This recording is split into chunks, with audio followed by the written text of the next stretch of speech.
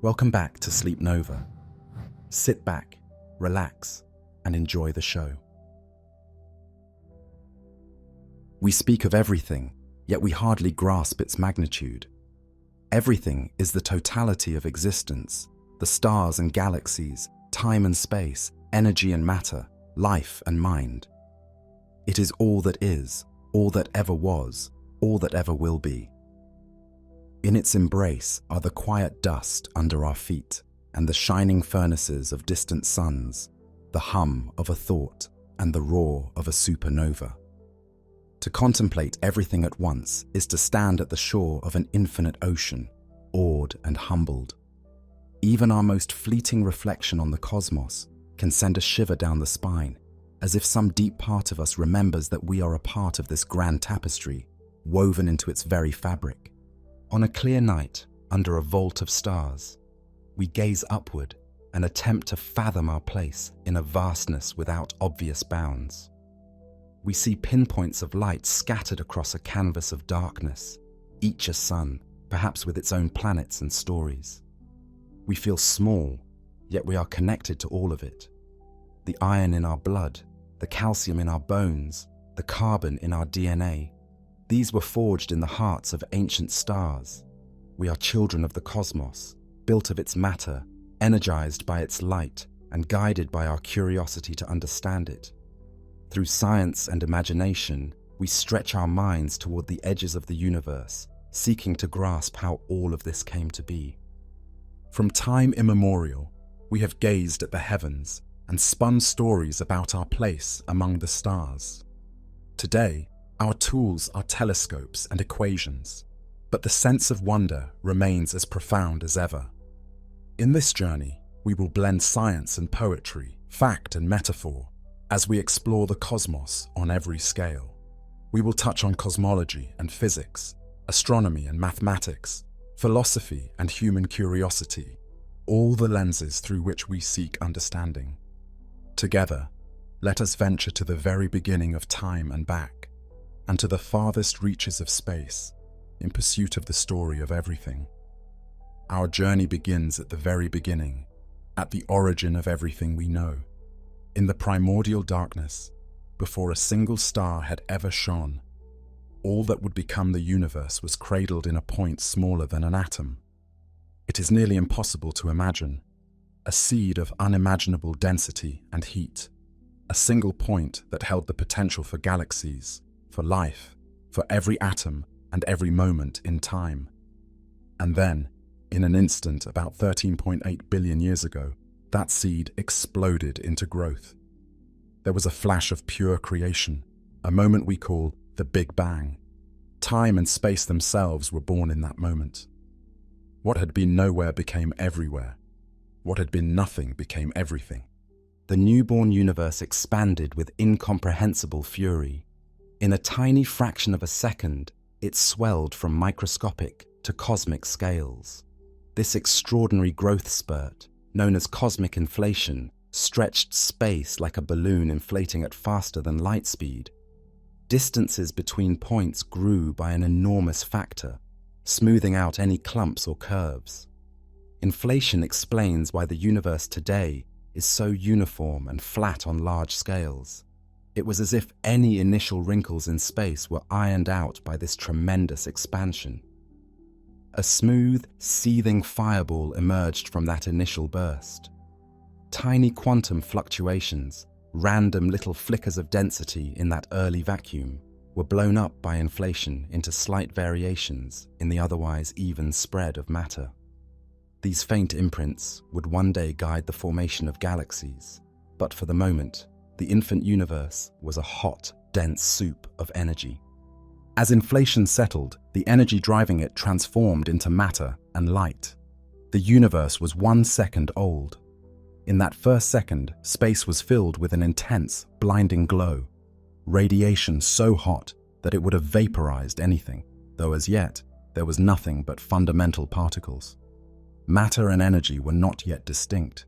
They flowed together in a plasma, a fluid of raw creation.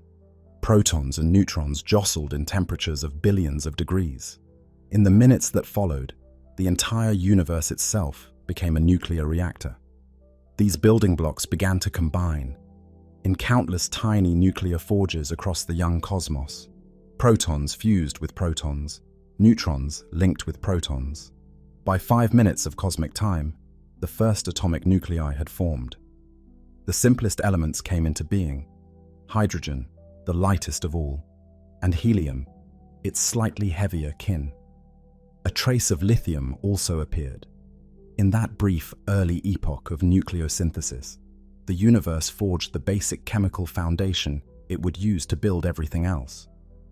About 3/4 became hydrogen and 1/4 helium by mass, an elemental newborn universe.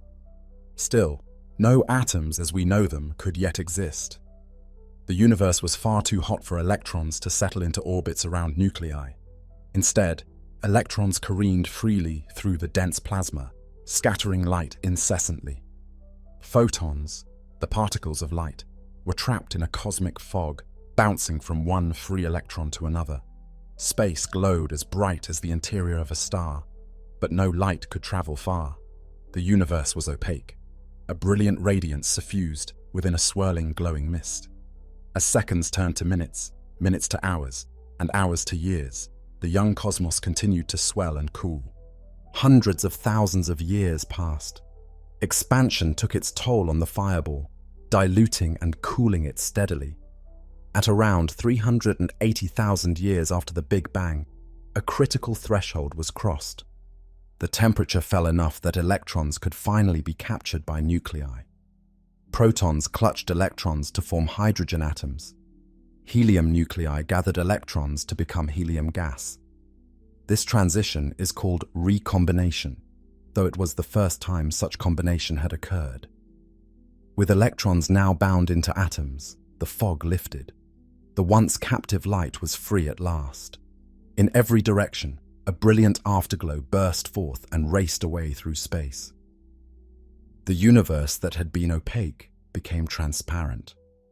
That first light still surrounds us today. It has cooled to a gentle microwave glow that bathes the entire sky. The cosmic microwave background, the oldest light we can see. Back then, it was a searing, orange-white illumination everywhere. As space expanded and cooled, that light's wavelength stretched beyond red, through infrared, and into the microwave part of the spectrum we detect today.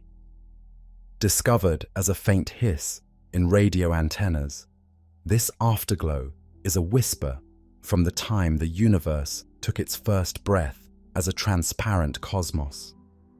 The universe then entered a deep, dark age. With the primal light released and streaming onward, space itself went dark. There were not yet any new sources of light. The primordial gases, mostly hydrogen and helium, now drifted through expanding space like a vast, invisible fog. Gravity, the great sculptor, began to gently tug on the ever-so-slight variations in density left by inflation. Regions that were just a bit denser than average exerted a stronger pull, drawing in matter from their surroundings. Invisible threads of gravity started weaving patterns in the darkness. Over tens of millions of years, those threads pulled gas into clumps. The silent clouds grew denser and tighter until, at last, there was fire again. Perhaps 100 million years after the Big Bang, the first stars were born. Deep in massive collapsing clouds of hydrogen and helium, the pressure and heat ignited nuclear fusion. Starlight pierced the darkness. These first stars were giants, short-lived behemoths burning hot and blue, forging heavier elements in their cores as they shone. They lived for only a few million years before dying in titanic supernova explosions, seeding the surrounding space with the new elements they had cooked up: carbon, oxygen, nitrogen, iron, ingredients that one day would be essential for planets and life. The death of each star sent enrichment into space, and out of the ashes, new generations of stars would eventually form. Their brilliant ultraviolet light also gradually burned off the primordial hydrogen fog in intergalactic space, rayonizing the cosmos and allowing light to travel freely everywhere. With the birth of stars, the cosmos had begun to light up structure by structure, ending the long night of the Dark Ages. The cosmic dawn gave way to a growing day as the first stars and nascent galaxies illuminated the heavens. As stars gathered, they formed the first proto-galaxies, small galactic building blocks that later merged into larger ones. Gravity continued its tireless work on grander scales. Stars bound themselves into galaxies, and galaxies gravitated into clusters. Over hundreds of millions, and then billions of years, a vast cosmic web took shape. Galaxies pulled on one another along filaments of invisible matter, collecting into chains and sheets. Imagine a spider's web made not of silk but of galaxies, strung along invisible filaments, with enormous voids of near-empty space in between. Astronomers mapping millions of galaxies, for instance in the Sloan Digital Sky Survey, have unveiled this vast cosmic web in detail. Huge filaments like the Sloan Great Wall stretching across hundreds of millions of light-years, and immense voids nearly empty of galaxies. It serves as the large-scale structure of the universe. Galaxies grouped like sparkling dew on cosmic threads, clusters at their intersections, and between them, great dark gaps where few galaxies shine. Interestingly, researchers have even drawn analogies between the cosmic web and biological systems. One experiment showed that a slime mold, when presented with simulated galaxy clusters as nutrient sources, grew tendrils that closely traced the filaments of the cosmic web, as if nature repeats patterns on vastly different scales. From a vantage point far away, the universe would look foamy or spongy, matter gathered into fibrous clusters surrounding empty cavities. And within each galaxy, countless stars swirled, orbiting their galactic centers like bees around a hive. What about the universe as a whole? Is it shaped like a sphere, a saddle, a donut, or an infinite flat expanse? As far as we can discern, space on the largest scales is remarkably flat, like an endless plane. If you set off in a straight line among the galaxies, you would not curve back around to where you started, at least not within any distance we can observe. The cosmos could extend forever, infinite in extent. It might also be finite yet unbounded, curving back on itself only on scales beyond our observational reach, rather like the surface of a balloon is finite, yet has no edge. Current measurements of cosmic geometry show no significant curvature. To the best of our knowledge, parallel beams of light travel straight and never meet.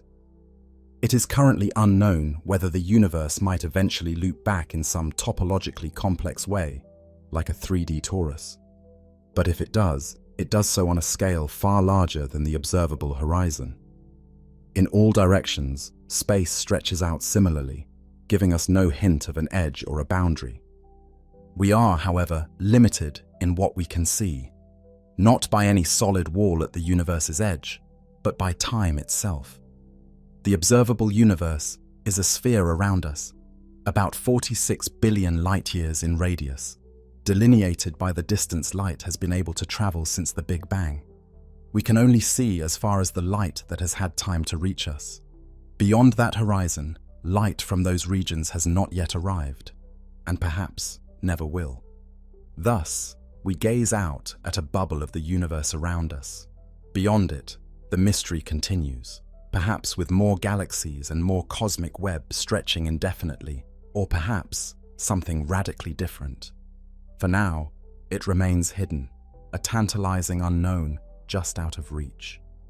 The cosmic horizon is not only a physical limit, it's also a reminder of our cosmic myopia. It's like standing on the shore of a vast ocean at night. We see the dark waters meet the sky at the horizon and wonder what lies beyond. Our cosmic horizon is such a shore, and though we cannot see past it, we imagine an endless sea beyond. Even as structures formed and stars lit up, the overall expansion of space never halted. The universe kept stretching, carrying galaxies farther apart from each other. The very fabric of space is like an ever-expanding canvas, and the galaxies are like dots of paint on that canvas, drifting away as the canvas grows. The light that travels between galaxies is stretched too. As space expands, wavelengths of light elongate, shifting toward the red end of the spectrum. Thus, when we observe distant galaxies, their light is reddened, a cosmological redshift that encodes their motion through the expanding space. In the early 20th century, astronomers armed with new telescopes made a profound discovery. Nearly all galaxies beyond our local group are racing away from us, and the farther they are, the faster they recede. Edwin Hubble measured this relationship, finding that the speed of recession is proportional to distance. Today, this rate of expansion, known as the Hubble constant, is roughly 70 kilometers per second per megaparsec, meaning a galaxy about 3.3 million light-years away recedes at roughly 70 kilometers, and one twice as far at about 140 kilometers. This linear relationship, now called Hubble's law, was revolutionary evidence that the universe is expanding uniformly in all directions. It is not that we are at the center of an explosion, but rather that space itself is swelling, so every galaxy sees others moving away. Imagine raisins in a rising loaf of bread. Each raisin sees the others receding as the dough between them expands. Just so, our Milky Way and all galaxies are like raisins embedded in the expanding space of the cosmos.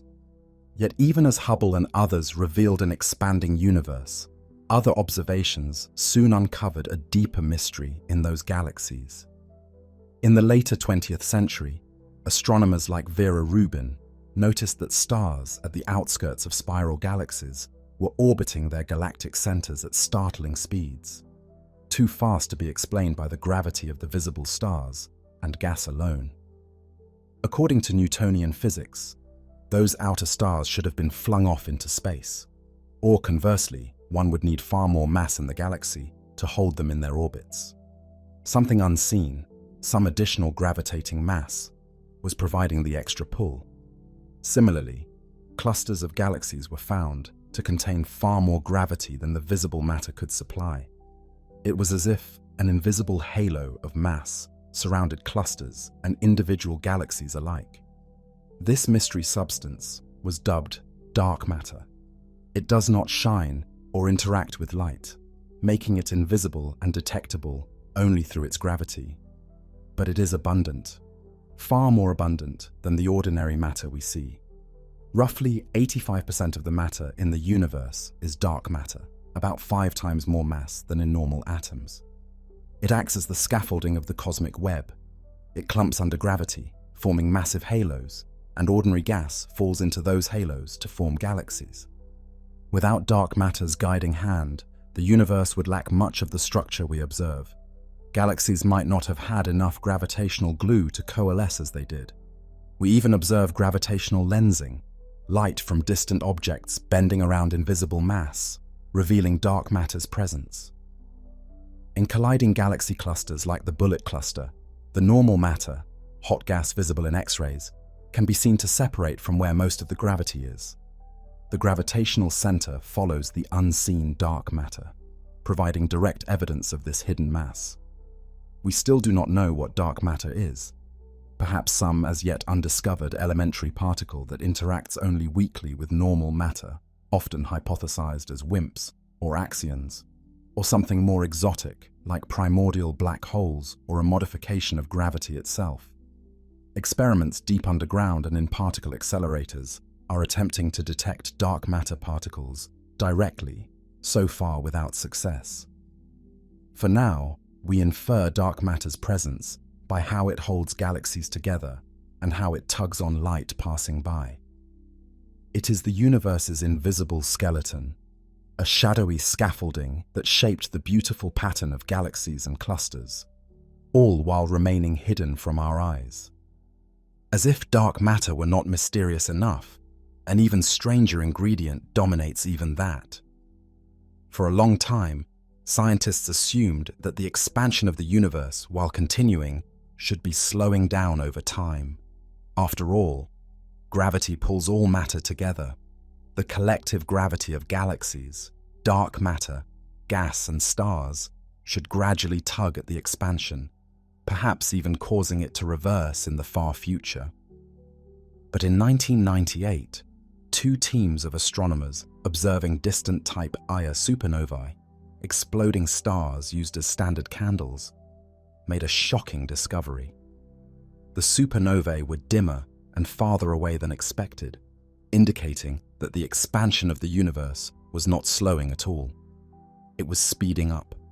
Over the last few billion years, the galaxies have been accelerating away from each other. Some kind of force or energy inherent to space is pushing them apart. Decades earlier, Albert Einstein had introduced a cosmological constant into his equations of general relativity to allow for a static universe, not realizing the universe actually expands. When Hubble's expansion came to light, Einstein reportedly called that constant his greatest blunder. But now, the accelerating cosmos implies something like Einstein's constant truly exists after all. We call this phenomenon dark energy, a name that signifies how little we truly understand it. Dark energy appears to be a property of space itself. Every cubic centimeter of vacuum seems to carry a minuscule amount of energy that, summed over billions of light-years of emptiness, dominates the universe. Today, roughly 68% of the universe's total energy content is this dark energy, with about 27% dark matter and only 5% normal matter composing the rest.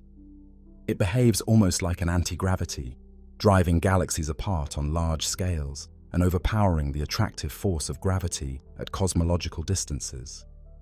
Perhaps dark energy is a fixed property of the vacuum, a realization of Einstein's cosmological constant, or perhaps it changes over time, a dynamic field dubbed quintessence. Upcoming observatories and surveys are dedicated to measuring the expansion history more precisely, in hopes of discerning the true nature of this mysterious energy. For now, dark energy remains an enigma at the heart of cosmology, a gentle but inexorable push woven into the fabric of space-time. What does an accelerating expansion mean for the future? The fate of the universe hinges on dark energy's nature. If dark energy remains constant, a steady push that continues indefinitely, then the expansion will not only continue, but accelerate forever. Galaxies that are not gravitationally bound to us will recede faster and faster, eventually zooming away at such speeds that their light can no longer reach us. In tens of billions of years, distant galaxies will disappear beyond our horizon, leaving only the gravity-bound local group of galaxies, by then likely merged into one large galaxy, visible. If we look far, we'll see darkness where once galaxies twinkled. Over extremely long timescales, the stars within our remaining galaxy, or merged Milky-Andromeda galaxy, will age and die. New stars will form more slowly as the available gas becomes sparse. Trillions of years from now, the last stars will exhaust their fuel and flicker out one by one, leaving a universe populated only by faint stellar remnants, white dwarfs cooling to black, neutron stars, and black holes. The cosmos will grow colder and darker as eons pass. Eventually, even black holes will evaporate via Hawking radiation, on timescales so vast, 10–100 years or more, that they defy imagination. What remains will be a thin haze of fundamental particles and energy spread so dilute that for any given volume of space, on average, there might be essentially nothing in it. This is the Big Freeze or heat death scenario, a universe that expands forever while cooling asymptotically toward absolute zero, approaching a state of maximum entropy where no organized energy remains to do work. If an astronomer were alive in that far future of a Big Freeze, they would see a very different sky. Beyond our small gravitational neighborhood, no galaxies would be visible at all, only an endless black void punctuated by the occasional faint glow of a red dwarf or the spark of a distant supernova, becoming rarer with time. The evidence of the Big Bang itself would fade. The cosmic microwave background, which today is a cool 2.7 K glow, would be stretched to radio waves so long and weak as to be undetectable. The chemical elements would slowly transmute as protons perhaps decay over immensely long times, if proton decay is a real phenomenon. Eventually, it would be a universe of scattered particles and low-energy photons, drifting in an ever-growing silent darkness. Time would continue, but virtually nothing of interest would happen. It is a state as close to true cosmic stillness as can be. The universe would have effectively died, not with a bang, but with a long, drawn-out whimper. There are even more violent speculative possibilities. If dark energy is not constant but instead grows stronger with time, imagine a form of phantom energy, then the acceleration would steepen catastrophically in the far future. In such a scenario, the repulsive effect of dark energy could increase without bound. One could imagine the final moments of such a universe. Galaxies rush away from each other at ever-increasing speeds. Eventually, in the distant future, the expansion's pull becomes so strong that it overcomes the gravity holding galaxies together. First, galaxy clusters are pried apart. Later, the galaxies themselves begin to fly apart as their stars disperse into the expanding void. Then solar systems destabilize, planets drift away from their stars. As the end approaches, even stars and planets themselves would be torn apart, and then molecules and atoms. In the last fractions of a second, the tidal forces of expansion would become essentially infinite, shredding the very subatomic particles. This hypothetical final calamity is called the Big Rip. It would be a universe ending in a kind of ever-accelerating explosion, where every bond, gravitational, electromagnetic, even nuclear, is overcome by the expansion of space. One moment, you might have galaxies. Moments later, only individual atoms. Finally, nothing at all but a thin, featureless energy as space rips itself apart. It's a highly speculative scenario. Current data do not favor such extreme dark energy behavior, but it serves to illustrate the dramatic ways our universe's story could conclude under different rules. On the other hand, what if dark energy were to weaken over time, or even reverse sign? Or what if the universe had contained so much matter that gravity could eventually overwhelm expansion? In those cases, the expansion might slow down, stop, and ultimately reverse. Distant galaxies that are now receding would one day halt and begin to come closer again. This is the Big Crunch scenario, the opposite of the Big Bang. In a universe headed for a Big Crunch, observers in the far future might see the expansion first slow to a crawl. Distant galaxies that once sped away would linger at the edge of visibility. Then, gradually, they would start to approach, their light shifting from red back to blue. The cosmos would begin to shrink. Over billions of years, separated clusters of galaxies would converge. Previously unreachable galaxies would become visible again as they rush inward. The cosmic microwave background temperature, which had been dropping, would begin to rise as the universe contracts and heats up. Eventually, the night sky would no longer be dark, but aglow, first dotted with an increasing number of bright galaxies coming together, then suffused with the glow of a background fire as intergalactic gas is compressed and reheated.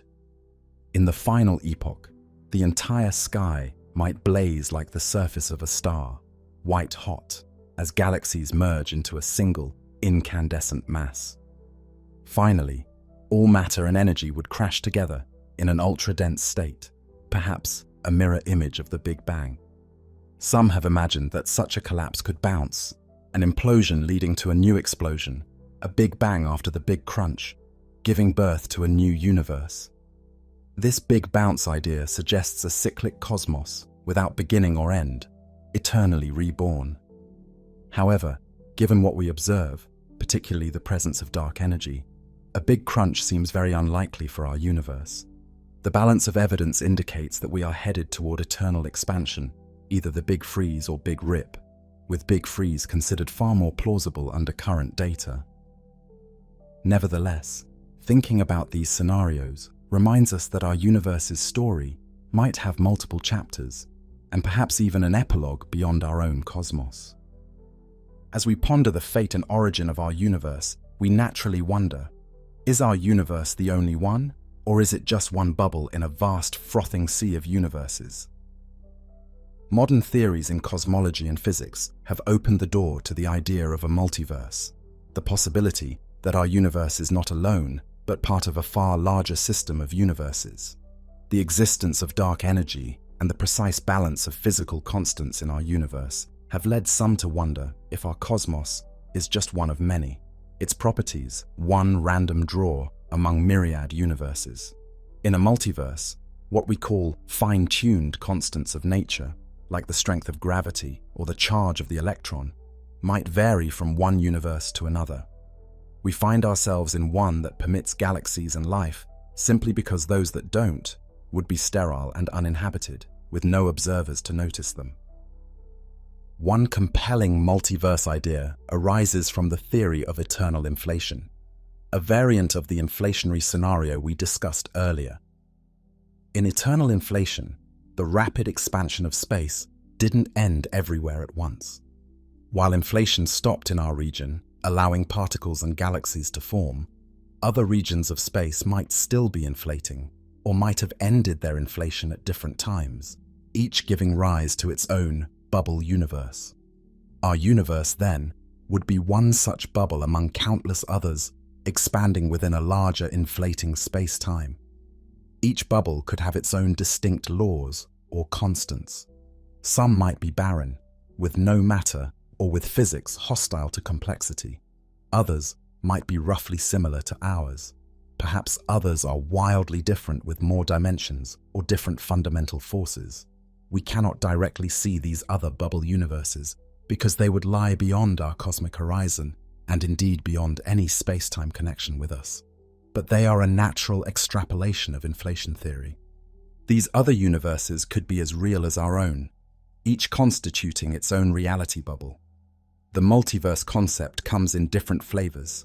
The level 1 multiverse essentially says that if space is infinite and uniformly filled with matter, then far beyond our observable horizon, there could be regions identical to ours, or slightly different or vastly different, simply by random chance arrangements of matter. In an infinite universe, every possible configuration of particles, every possible history, would occur somewhere. Our observable universe would be just one patch of an infinitely vast quilt. The level 2 multiverse corresponds to the eternal inflation scenario, bubble universes. Each bubble might have different physical constants or particle types, because the process of symmetry breaking in physics could end up differently in each one. One bubble might have a stronger electromagnetic force. Another might have a neutron a bit heavier, preventing stars from working. We find ourselves in a bubble that is congenial to complexity because only such bubbles can produce observers. Another intriguing idea is the level 3 multiverse, which arises from quantum mechanics, the many worlds interpretation.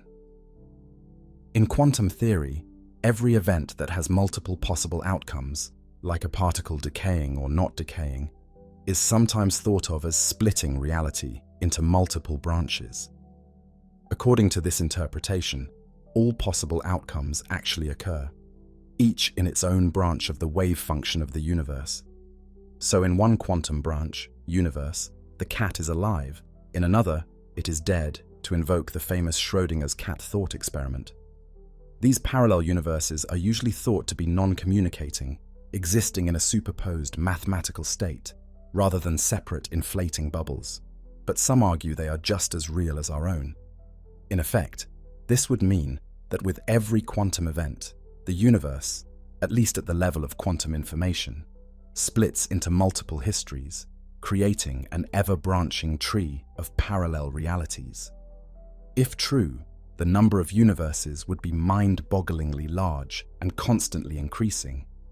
There is even a conjectured level 4 multiverse, the ultimate ensemble, which posits that all universes that can be described by consistent mathematical structures exist in some sense. In this view, mathematics and reality are one and the same. Any self-consistent set of physical laws, any mathematical model, corresponds to an actual universe somewhere.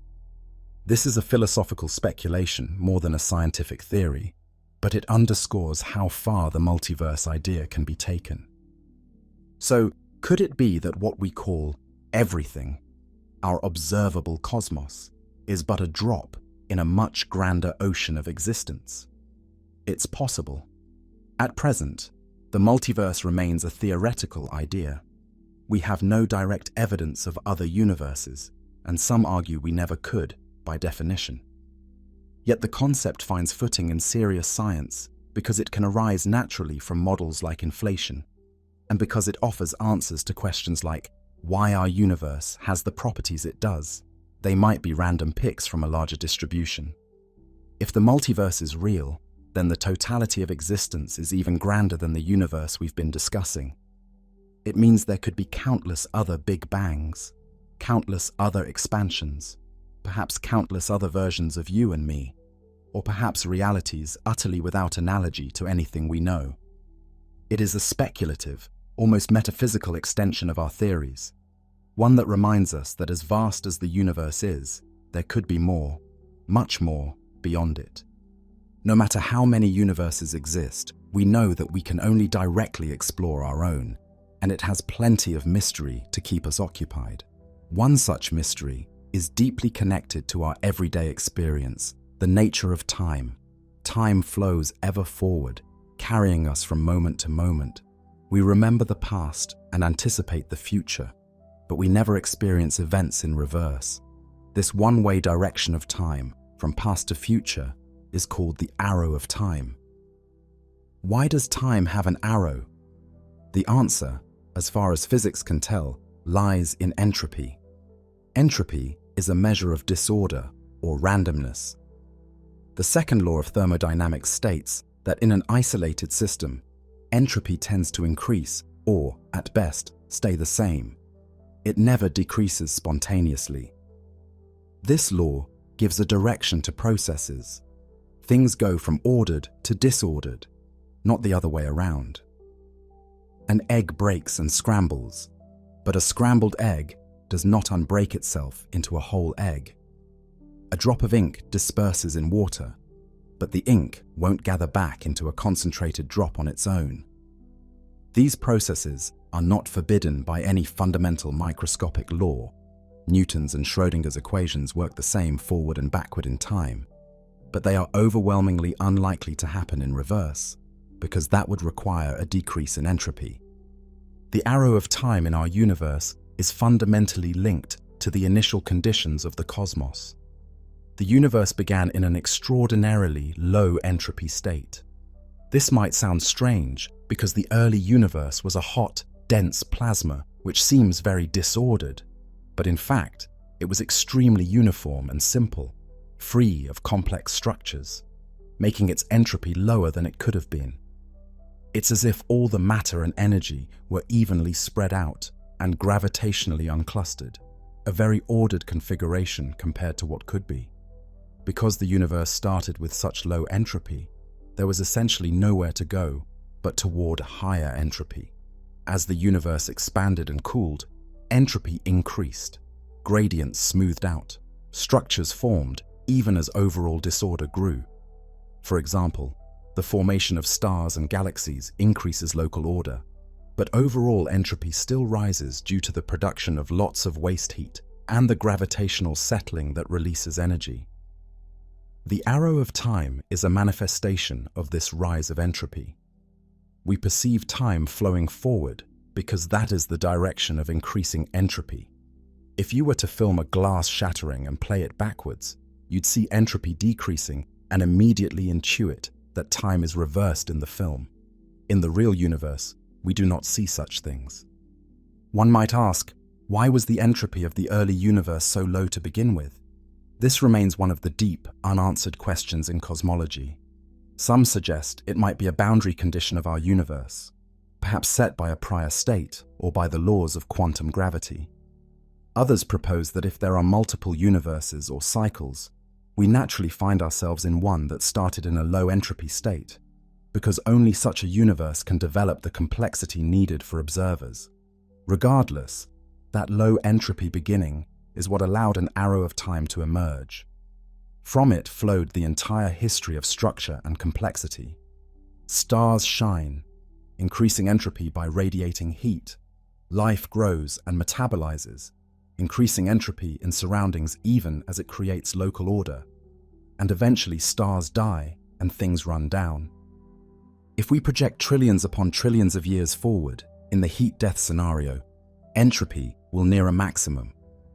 The arrow of time will effectively fade, not because time has reversed, but because almost nothing changes anymore. There are no organized processes left to distinguish a forward direction. In the far, far future of a big freeze, the universe might reach a state of near equilibrium where, without gradients or differences, the concept of before and after loses much of its meaning. Time and entropy tie together the grand cosmic and the intimate personal. The increase of entropy sets the thermodynamic arrow that makes memory possible. We remember lower entropy past states. It is why we grow older and not younger. It's the reason we can't unmix cream from coffee or unburn a piece of paper. It's fascinating that this everyday irreversibility is rooted in the initial conditions of the entire universe. We've journeyed from the enormous clusters of galaxies to the minute atoms and particles, but we haven't yet delved into the truly fundamental fabric underlying reality, the quantum realm. On the smallest scales, the world behaves in ways that defy our classical intuitions. In the quantum realm, particles are also waves, and everything is described by a fuzzy haze of probabilities rather than definite certainties. Take an electron.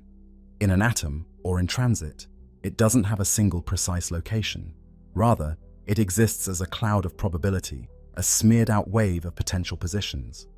Only when we interact with it, measure it, does the electron seem to choose a location or state. This is the bizarre phenomenon of wave function collapse, in interpretations where collapse is a thing. Before observation, Schrödinger's cat is both alive and dead in a quantum sense. Before measurement, the electron has many possible positions. For example, if we shoot electrons at a screen through two narrow slits, something astonishing happens. The electrons, one by one, form an interference pattern on the detection screen, alternating bands as if they were waves that passed through both slits and interfered with themselves.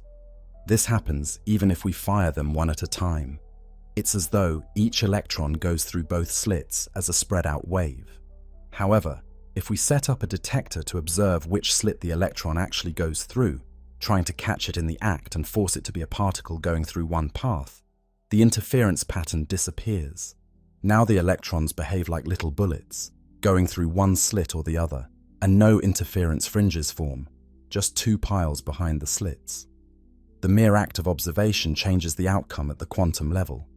It's as if nature allows the electron to explore many possibilities, wave behavior, until we insist on knowing which one happened, at which point nature chooses and the wave of possibility collapses into a single result. Empty space itself is not truly empty in the quantum sense. Even in a perfect vacuum, quantum fields are continuously fluctuating. Particle-antiparticle pairs momentarily pop into existence and then annihilate so quickly and so spontaneously that we can barely infer their presence. They leave subtle effects on energy levels and forces. These quantum fluctuations are not just theoretical quirks, they had cosmic consequences. During inflation, those tiny fluctuations in density and energy were stretched out to macroscopic scales. Regions that were ever so slightly more dense or less dense than others became the seeds for all large-scale structure. The spots in the cosmic microwave background that are a bit warmer or cooler, denser or less dense, trace back to these quantum wiggles. It is a breathtaking linkage. The reason galaxies exist where they do is partly because of random subatomic jitter in the universe's earliest moments. The entire cosmic web is essentially amplified quantum noise. Quantum physics underpins nearly everything in our daily experience, even though we don't notice its strangeness on large scales. The atoms in our bodies are held together by electron wave functions and quantum bonds. The sun shines because quantum tunneling allows protons to overcome their electrostatic repulsion and fuse into helium. Without quantum tunneling, the sun's core wouldn't ignite as easily. Computers and modern technology rely on quantum mechanics, semiconductors, lasers. In a sense, the solidity of a rock, the behavior of a chemical reaction, the colors of the rainbow, all trace back to quantum rules. We live in a quantum universe, though its oddness becomes apparent only when we look at small scales or specific conditions. There is also the deep mystery of quantum measurement and reality. Does the wave function collapse when observed? Does the universe split into branches for each outcome, the many worlds idea? No one knows for sure which interpretation of quantum mechanics is correct, or if there's a deeper theory that will resolve these questions. What we do know is that quantum mechanics is astoundingly successful in predicting outcomes. It has been tested to high precision. Reality, at its foundation, is governed by probability waves and uncertainty. It's almost as if nature, at a fundamental level, decides events by a kind of controlled randomness within strict statistical rules. Our voyage has taken us from the beginning of time to the structure of space, from the largest assemblies of galaxies to the subatomic flickers of the vacuum. Along the way, we encountered phenomena that are poetic in their grandeur and scientific in their detail. An afterglow from creation itself still shining to us, invisible matter holding galaxies in its gravitational embrace, a mysterious energy pulling the cosmos apart, and quantum whispers setting the stage for galaxies. Let's return for a moment to that ancient light we freed at recombination, the cosmic microwave background, CMB. After traveling for 13.8 billion years, it reaches Earth as a faint, cold glow in all directions, a few photons per cubic centimeter. In 1965, two engineers, Arno Penzias and Robert Wilson, were using a big horn antenna in New Jersey, trying to eliminate all sources of noise from their radio measurements. They kept encountering a persistent hiss, uniform across the sky, day and night. At first, they thought it might be due to urban interference, or pigeon droppings in their antenna, or instrument malfunction. But none of those explained it. Meanwhile, a group of physicists at Princeton, Dicker, Peebles, et al., had been looking for exactly such a signal. The predicted relic radiation from the hot early universe, which years earlier, scientists like George Gamow had calculated should by now be just a few degrees above absolute zero. Penzias and Wilson had stumbled upon the very signal that those theorists were seeking. It was soon confirmed that this microwave hiss came from all directions uniformly and had a blackbody spectrum of about 2.7 Kelvin, just what the Big Bang model predicted. The cosmic microwave background was the long-predicted afterglow from the hot young universe, now cooled to a whisper. When we map the CMB across the sky, as satellites like COBE in 1989, WMAP in the 2000s, and Planck in 2013 have done with increasing precision, we find it is almost the same in every direction, extremely uniform to about 1 part in 100,000. It's as if the entire sky were painted with one color of incredible smoothness, with only the faintest speckles. Those speckles, the tiny temperature anisotropies, carry a wealth of information. They are the imprints of the primordial sound waves and density ripples in the early universe. The pattern of spots tells us the universe's age, composition, and geometry. By carefully analyzing the CMB, scientists have confirmed the age of the universe, how 13.8 billion years, determined that space is flat to within a tiny margin of error, and measured the ratios of normal matter, dark matter, and dark energy that we mentioned. The CMB is like a baby picture of the universe, taken when it was only 380,000 years old. In that baby picture, we can already see the slight non-uniformities that eventually grew into clusters of galaxies. It's astonishing that we can observe this. When you tune an old television between channels and see static, a small fraction of that static is actually CMB photons, literally relics from the Big Bang hitting your TV's antenna. The CMB also provides evidence that ties together many threads of our story. It confirms the Big Bang. A static universe would not have such a background. It supports inflation. The uniformity and specific patterns match inflationary predictions. And it informs the dark matter models.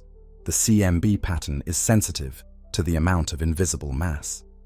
It is a Rosetta Stone for cosmology, decoded through careful, rigorous science. And yet, when one simply gazes at the visualizations of the CMB, with its gentle swirls of red and blue, indicating tiny temperature fluctuations, one can't help but feel a sense of wonder. This mottled oval image, often shown in textbooks and documentaries, is the imprint of the primordial cosmos on the sky, the oldest light we will ever see, a light that has traveled for almost the entire history of the universe to reach us. Within this vast cosmic unfolding, on at least one small planet, the expansion and cooling of the universe eventually led to something new: life and consciousness. The atoms forged in stars and scattered by supernovae became the raw material for new star systems. About 4.6 billion years ago, one particular cloud of gas and dust, already enriched by previous generations of stars, collapsed to form our Sun and its family of planets. The third planet from this sun had the right conditions for a remarkable chemistry. In its early oceans and coastal environments, a rich molecular broth swirled. On this young Earth, a complex chemistry brewed in warm ponds, in tidal pools, and around underwater hydrothermal vents. Complex molecules formed in the warm, wet cradles, perhaps sparked by lightning in the atmosphere or by geothermal energy in the crust. Perhaps in sunlit shallow pools, left to evaporate on volcanic shores, or in the mineral-rich hot springs on the ocean floor. Simple chemistry crossed the threshold to self-replication. At some point, simple self-copying molecules emerged. This was the origin of life, around 4 billion years ago. From those humble beginnings of primitive microbes, life evolved in complexity and diversity, shaped by mutation, competition, and time. Tiny cells coalesced into more complex cells, which eventually formed multicellular colonies. By around 540 million years ago, the Cambrian explosion filled the seas with an astonishing variety of creatures. Life took hold on land. Plants and fungi colonized the continents, followed by insects and amphibians, then reptiles and dinosaurs. Each living organism was, and is, a little chemical machine, drawing energy from the environment to maintain its internal order, a local reversal of entropy paid for by increasing entropy in its surroundings. In this way, life is a kind of cosmic rebellion against the trend toward disorder, though only a temporary and localized one. Through life, the universe explored an entirely new realm of complexity. After dinosaurs were wiped out 66 million years ago by an asteroid and other factors, mammals rose to prominence. Some primates in Africa, a few million years ago, left the trees for the savanna. They grew bipedal and clever. They made tools and learned to cooperate in groups. By about 300,000 years ago, anatomically modern humans had appeared. With the emergence of Homo sapiens, the universe began to be aware of itself in an unprecedented way. We gazed at the stars with curiosity and imagination. Over thousands of years, we developed language, culture, mythologies about the cosmos. We harnessed fire, energy for entropy consumption. We built shelters. We eventually tilled fields and founded cities. We looked up and saw patterns in the sky, crafting constellations and calendars. Human curiosity pushed us to ask not just how to survive, but why we are here, what the stars are, what the sun is, and how it all began. Fast forward to the modern era. In just the past few centuries, we have, through the scientific method, unraveled many cosmic mysteries. We discovered that those points of light in the night sky are other suns, and some of those suns host planets of their own. We've confirmed thousands of exoplanets and infer that the galaxy holds billions more. We found that our Sun is just one star among hundreds of billions in the spiral galaxy we call the Milky Way, and that our galaxy is just one of trillions in the observable universe. We've begun to understand the forces and particles that govern nature. We've peered back in time with powerful telescopes to see galaxies in their infancy, and we've peered into the atom to unlock the secrets of quantum physics. Life, at least here, evolved to consciousness that can contemplate the universe. That is a profoundly poetic fact. We are made of dead stars, and those very ashes have somehow become alive and able to wonder about their origins. The universe spent billions of years evolving us, and through our eyes, it now sees itself. We are a way for the cosmos to know itself, Carl Sagan famously said, encapsulating this truth. Our self-awareness makes the universe not only a physical phenomenon, but also an experience. Through our literature, art, and science, the cosmos has gained the ability to reflect upon itself, to study its own laws, to admire its own beauty. Are we alone in this astounding capability? Perhaps not. The universe is so vast that it seems improbable that Earth would be the only cradle of life. Perhaps in some warm pond on an exoplanet under a distant sun, chemistry has given rise to biology. Perhaps on a moon orbiting a gas giant, beneath an icy crust, alien microbes flourish near thermal vents. Maybe on some planet in the habitable zone of another galaxy, intelligent creatures build their own tools and look up at their sky with questions. As of now, we don't have evidence of life beyond Earth, but the possibility stirs our imagination. Whether life is common or exceedingly rare, the fact remains that life here has transformed a part of the cosmos into something self-aware. And so here we find ourselves, clever, self-aware creatures built of cosmic dust, living on a minor planet, orbiting an ordinary star in a typical galaxy, yet able to contemplate the entirety of existence. Our physical insignificance is undeniable. We are infinitesimal compared to the breadth of the cosmos. Our entire world is just a tiny mote of dust in a cosmic ocean, a pale blue dot adrift among countless stars. But our ability to understand and appreciate the cosmos gives us a significance of a different kind. We might be rare, perhaps the only intelligent beings for parsecs around, or maybe one of only a few in our galaxy. Maybe life teems in the universe, or maybe it is exceedingly scarce. Either way, in our corner of space and time, we are the only known eyes and minds observing the grand cosmic drama. Through us, the universe has become aware of itself. Through our scientific instruments, the universe maps its own structure. Through our poetry and art, the universe speaks of its own majesty. There is something profoundly meaningful about this, even if one views it in a purely secular, scientific way. The cosmos has given rise to beings who can know the cosmos. We have inherited the fiery hearts of ancient stars in the iron of our blood, the calcium of exploded supernovae in our bones, and the carbon and oxygen from countless stellar furnaces in every organic molecule of our bodies. We are literally children of the stars, made of stardust. And those children can now, like grown progeny, look back and study their parents, the stars, and grandparents, the galaxies, the Big Bang. This unity of origins gives us a connection to everything. We are not separate from the universe. We are portions of it, inextricably linked. The laws of physics that formed a galaxy also form the neurons in our brain that fire when we gaze at a galaxy. With knowledge, however, comes the humbling realization of how much we don't know. Our journey through cosmology answers many questions, but raises others. Why is there something rather than nothing? Did time begin with the Big Bang, or is there a multiverse with different realms beyond ours? What is the true nature of space and time on the smallest scales? Are they quantized into discrete bits, as some theories like quantum gravity suggest? We don't yet have a fully unified theory of quantum mechanics and gravity.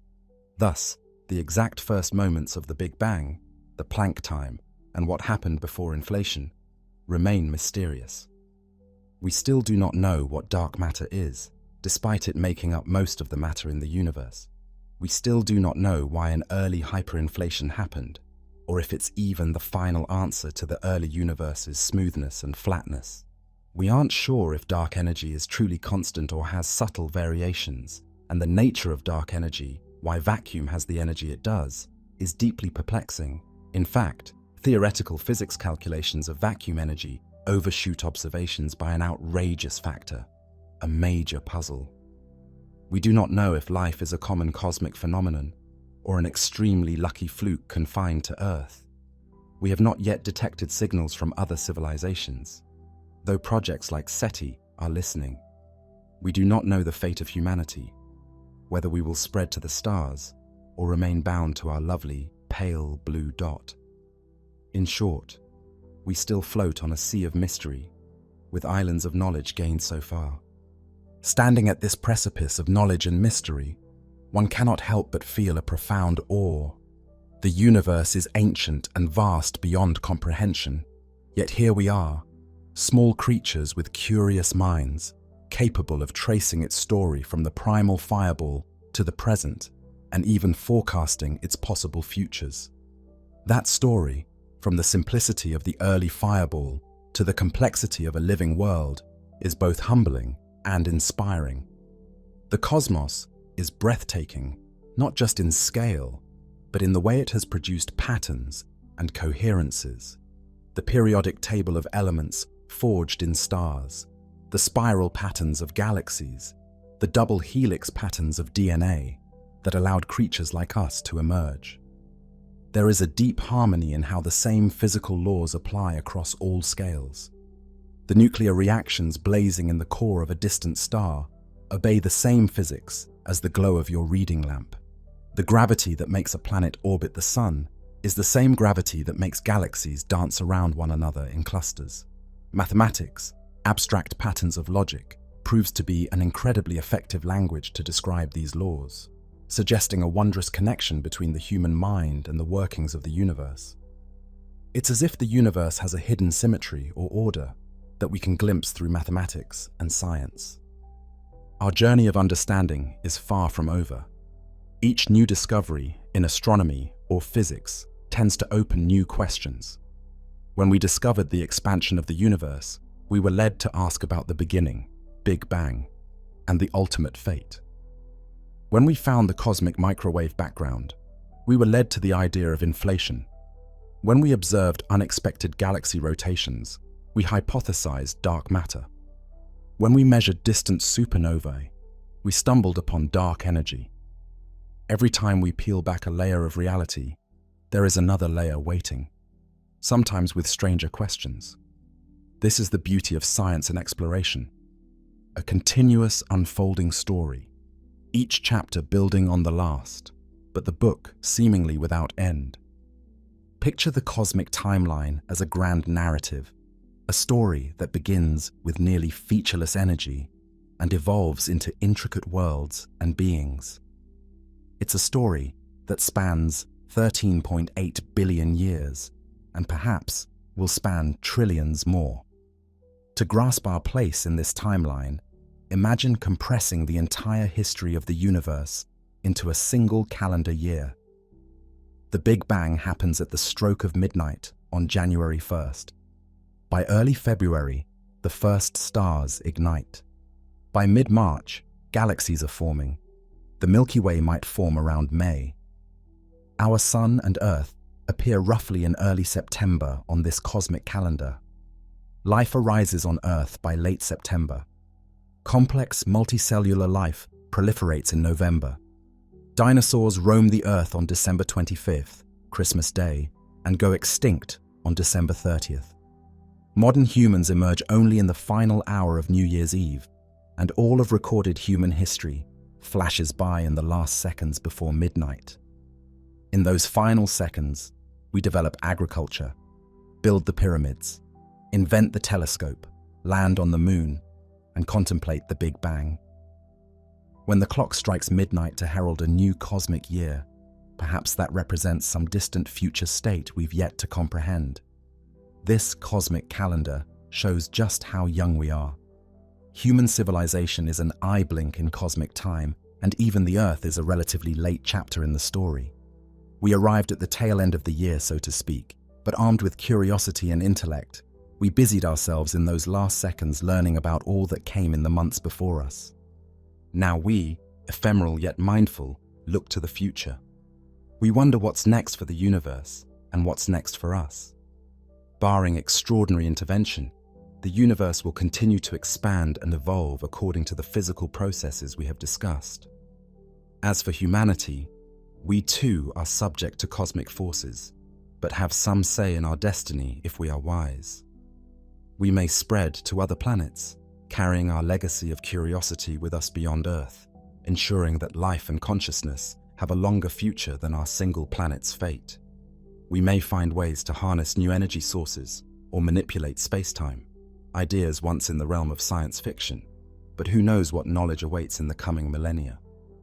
Or we may struggle and someday perish, becoming a brief spark that faded out. But even if our particular lineage ends, perhaps other intelligences elsewhere will carry on, or new intelligences might evolve from what we leave behind, intelligent machines, or new species. The desire to know and to wonder might itself be as resilient as life. From the standpoint of the universe, meaning is not something handed down from the stars. It is something we create. We infuse the cosmos with meaning by contemplating it. A galaxy 100 million light-years away has no idea of its grandeur, but we know, and in knowing and seeing beauty in it, we give it meaning, at least to us. In a way, the cold equations of physics blossomed into the warmth of human experience and inquiry. The universe is often described as a cold, uncaring place, and physically it is vast and mostly inhospitable. But through us, it cares about itself, in the sense that we care and we are part of the universe. This connection may be philosophically subtle, but it is emotionally powerful.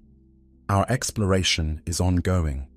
Even now, new telescopes like the James Webb Space Telescope peer into the distant past, seeing galaxies forming just a few 100 million years after the Big Bang, giving us new data points in the cosmic saga.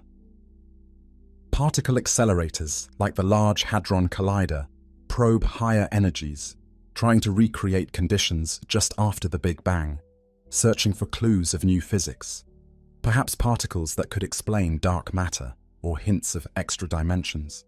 Experiments in deep mines attempt to catch a glimpse of dark matter particles zipping through Earth. Space probes explore planets and moons, looking for signs of past or present life beyond Earth. Mars's ancient riverbeds, the subsurface ocean of Europa, the methane seas of Titan. We are, in a sense, turning over every stone we can in this universe to piece together the puzzle of reality. Standing on the precipice of all this knowledge and mystery, we feel both incredibly small and incredibly enriched. The night sky no longer just offers twinkling points of light. It is a time machine, showing us distant galaxies as they were eons ago and connecting us to the moment of creation. The ground beneath us is not just dirt, it's ancient cosmic debris, a mix of elements made in star cores, arranged by geological and evolutionary processes into our immediate environment. We, the curious specks of the universe, will keep lighting candles in the cosmic dark, striving to illuminate more of that everything, even as it continually surprises us. The quest goes on, and the wonder deepens. To be alive as a human at this moment, to have consciousness, to have the accumulated knowledge of generations at our fingertips, and the ability to extend that knowledge, is a precious, fleeting gift. Through our minds, the universe has awakened to a sense of itself, however partial. We have the privilege of witnessing this vast tapestry and the responsibility of carrying that knowledge forward. In the end, the story of the universe is not just a tale of matter and energy moving heedlessly. It is also a human story, a story of awareness and curiosity finding a foothold in a vast cosmos. We began this journey meditating on the concept of everything. Now, At journey's end, we realize that perhaps we have only scratched the surface of everything. We close with more questions than we started, but also with a deeper reverence for existence. We sense that the strangeness and wonder of the universe will never end, no matter how much we discover. As long as there are beings curious enough to look up and ask questions, the cosmos will continue to inspire. In its darkness and its light, its simplicity and its complexity, its silence and its stories, the universe offers an endless well of awe. It is a beauty we could pursue forever and never exhaust. Awe without end. What is the universe? Silence, darkness. Before time began, there was nothing. No space to move in, no time to mark a before or after, no light, not even darkness, only a void beyond understanding. There was no where or when for anything to exist. It is nearly impossible to imagine a state of absolute nothingness, or perhaps a state where our familiar concepts mean nothing at all. And then, in an infinitesimal fraction of a moment, something changed. Out of the void, a point of infinite potential coalesced, a seed containing everything that would become the universe. Imagine everything and nothing, cradled together in a single point. No space around it, no time before it, only potential, waiting. Then, a moment that defies imagination. The point erupts. Not a burst into empty space, but an expansion of space itself, the fabric of reality unfurling. From smaller than an atom to cosmic proportions in a heartbeat, space-time inflates violently, doubling and redoubling in scale, faster than any light could ever travel. In absolute silence, the universe explodes into existence. But this explosion is more like the sudden stretching of a limitless fabric. Distances between any 2 points swell at a fantastic rate. In this initial breath of creation, chaos and order are one. All the energy that will ever exist is packed together and now rushing outward. The universe is born in that silent, searing instant. A foaming ocean of light and raw energy, brimming with possibilities. The newborn cosmos is a hot, glowing fog of energy. Space rushes outward faster than any light within it can catch, stretching and cooling as it grows.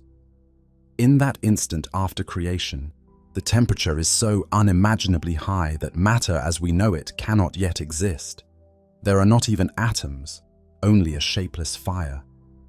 Forces that will later rule physics are entwined in a single unified superforce. But as the universe expands, this unity breaks. The forces separate into gravity, electromagnetism, and the strong and weak nuclear forces, each taking up its role. Amidst the searing glare, pure energy begins condensing into tiny particles. Like sparks freezing into snowflakes, ephemeral specks of matter flicker into being. Quarks, the small kernels of matter, pop out of the energy field and join in threes to become protons and neutrons. Electrons whirl into existence. These particles and their opposites, antimatter twins, appear in pairs, colliding and vanishing in flashes of light. It is a wild, churning state of being, an unimaginable ballet of particles. For an instant, a proton might spring forth, only to meet its mirror opposite and vanish in a flash.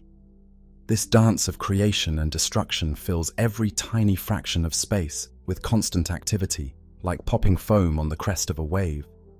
A frantic balance of creation and annihilation reigns, matter and antimatter wiping each other out as soon as they form.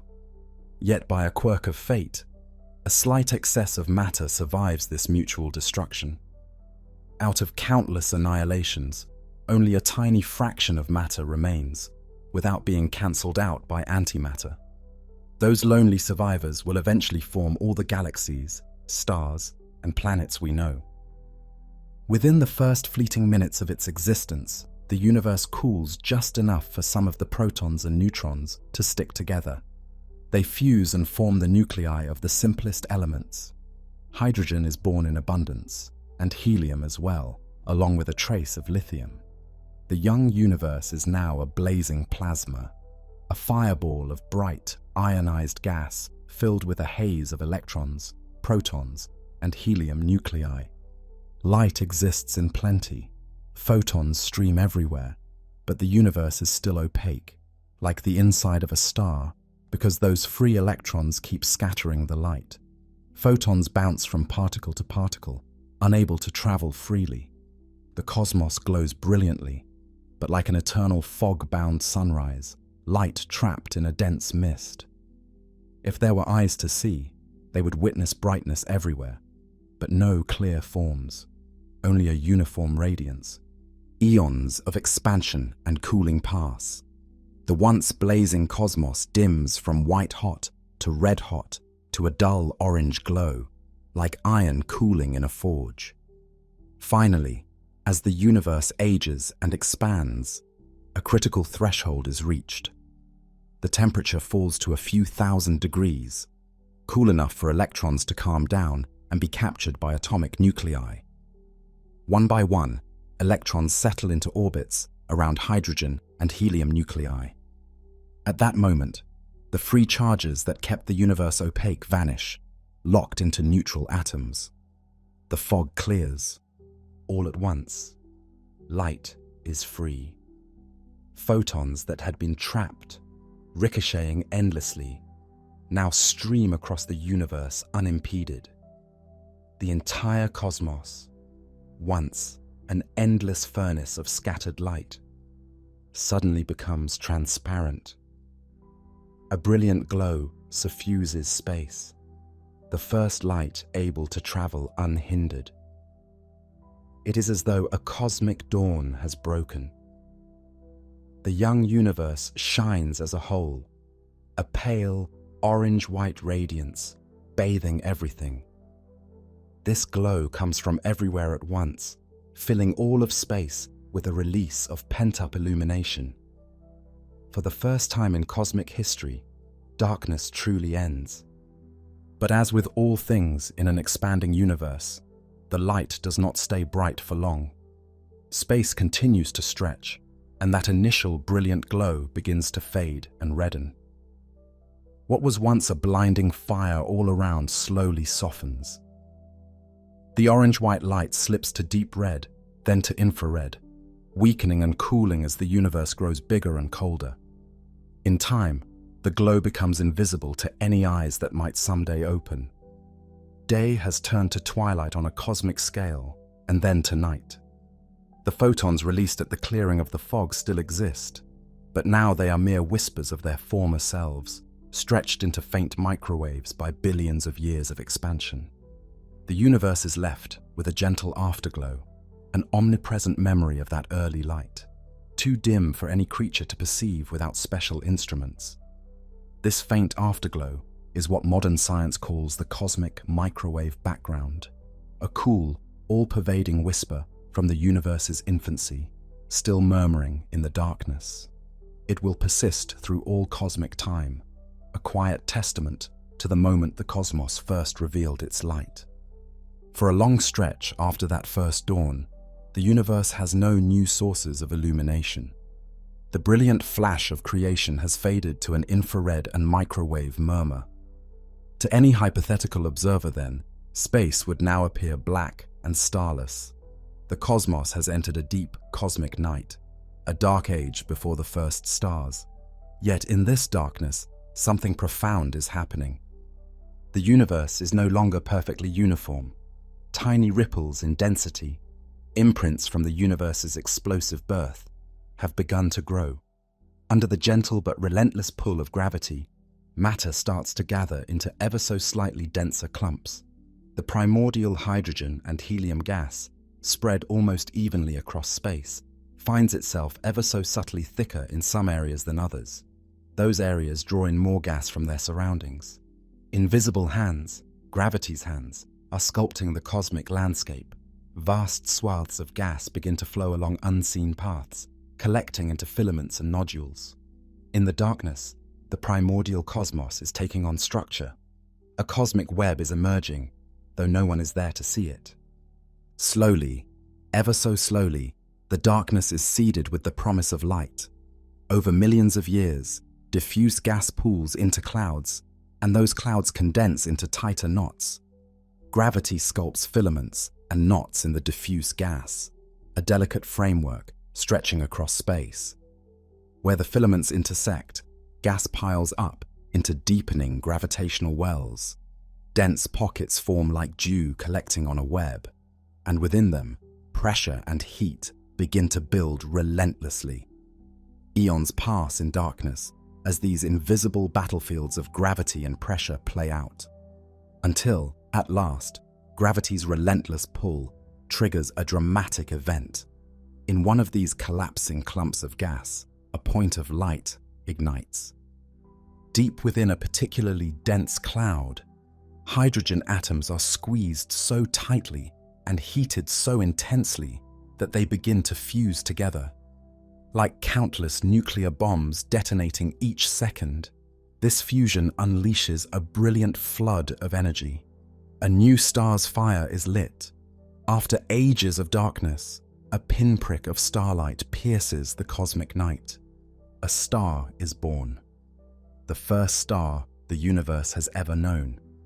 It's a massive, hot star, far larger than most that will come later. In its core, nuclear reactions burn furiously, turning hydrogen into helium and releasing a blinding radiance. Starlight bursts outward from that newborn star, and a radiant beacon now shines, where before there was only cold, silent gas. This lone star is soon joined by others. In neighboring dense pockets across the early universe, gravity ignites more stellar flames. One by one, throughout the cosmos, new lights flicker on as other gas clouds collapse and give birth to stars. They gather in clusters, the earliest proto-galaxies, tiny precursors to galaxies, each a swarm of newborn suns. Like lanterns kindling across a dark landscape, these first stars mark the end of the cosmic dark ages. The long night is over. The cosmos has had its first sunrise. The earliest stars are giants, colossal suns blazing blue-white with ferocious heat. They burn their fuel extravagantly, shining far brighter than the stars of later eras, but they live very short lives. They are born in a universe devoid of heavy elements, made only of primordial hydrogen and helium, which allows them to grow more massive than almost any stars that follow. These stellar leviathans pour out searing ultraviolet light that begins to clear the murk of leftover hydrogen gas around them. Ultraviolet photons rip electrons from hydrogen atoms in their vicinity, turning that gas back into hot ionized plasma. Each young star creates a bubble of transparency around itself, pushing back the curtain of remaining darkness. As more and more stars form, these bubbles expand and merge. Gradually, the flood of starlight rayonizes the cosmos, banishing the primordial gloom and making space transparent even to the fiercest ultraviolet rays. The universe, once a cold void, is now studded with brilliant fires. The lives of these first stars, though luminous, are tragically brief. In mere millions of years, a blink by cosmic standards, they exhaust their fuel. Inevitably, one by one, they begin to die. As a massive primordial star nears its end, its core can no longer sustain the fusion that holds up its great weight. With the fuel spent, there's no longer outward pressure to balance gravity's inward pull. The core of the star caves inwards in a matter of seconds, heating and compressing to unimaginable extremes. In many cases, this collapse triggers a colossal rebound. The star's outer layers rush inward, then violently explode outward. The star dies in a titanic supernova, a detonation so bright it can, for a brief time, outshine entire galaxies. For that brief moment of death, the star accomplishes something miraculous. It creates elements heavier than helium that never existed before in the cosmos. In the furious furnace of the supernova, atoms fuse into new kinds: carbon and oxygen, silicon and iron, gold and uranium, and many more. The dying star hurls these newfound treasures into space, along with its blazing guts of lighter elements. Its outer layers explode outward at incomprehensible speed, a shockwave racing through the surrounding darkness.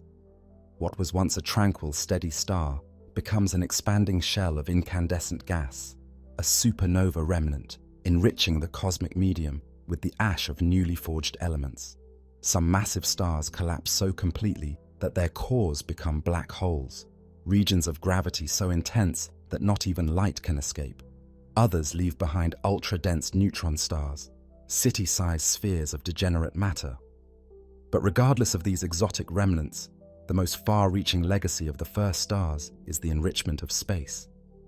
The heavy elements scattered by their supernovae spread out and mix into the surrounding gas. Without such stellar catastrophes, planets and life as we know them would be impossible. These first stars are cosmic alchemists. In dying, they forge the ingredients for worlds and living beings to come. Thus, paradoxically, the destruction of the earliest stars lays the groundwork for even greater complexity in the universe. The once pristine cosmic gas is no longer pure hydrogen and helium. It is seeded with new elements, metals, later generations of astronomers will call them. These added elements radiate heat more efficiently, allowing gas clouds to cool faster and fragment into smaller clumps. In the ashes of the first supernovae, enriched clouds of gas begin to collapse anew. The next generation of stars is born amid the debris of the first. While stars are being born and dying, gravity is orchestrating an even grander dance on larger scales. The first stars don't form in isolation. They gather in groups, bound by their mutual gravity. Dozens, then hundreds of these pioneers swarm together, forming star clusters that are the seeds of galaxies. Over time, more gas falls into these clusters, spawning new stars, and the clusters grow. Small proto-galaxies merge with their neighbors, drawn together like droplets of water coalescing on a window pane. With each merger, a new, larger galaxy takes shape, its form changing in the violent embrace. Two stellar systems may collide and pass through one another. Individual stars rarely crash head-on, given the vast space between them.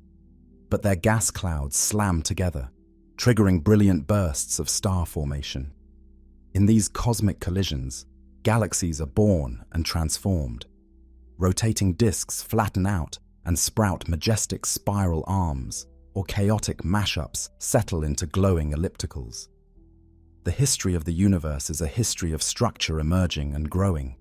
Clumps of matter becoming star clusters merging into galaxies, galaxies assembling into even larger galaxies. On a larger canvas still, gravity draws galaxies into communities. Galaxies are not scattered randomly. They collect in groups and clusters, and these clusters themselves clump along unimaginably long filaments. The matter in the universe forms a vast, foamy pattern, the cosmic web. Galaxies line up in gossamer threads and walls, outlining enormous voids where hardly any galaxies shine. Picture a sponge, or a spider's web, on the scale of hundreds of millions of light years. That is the distribution of galaxies in our cosmos. In this grand design, clusters of galaxies are nodes where filaments intersect, and between these bright nodes stretch sparse bridges of matter. The voids between are like black hollows, cosmic cavities, with only a sprinkling of galaxies inside. If we could view the universe from far above, we would see something like a luminous web or the neural network of a giant mind, galaxies linked by filaments across the dark. Yet, in this immense cosmic web, most of the matter is hidden from view. Every galaxy, every cluster of galaxies, sits within an enormous halo of invisible mass that far outweighs all the stars and gas we can see. This hidden mass is dark matter, an elusive substance that neither emits nor absorbs light. It slips through ordinary matter almost like a ghost, rarely interacting except through the force of gravity.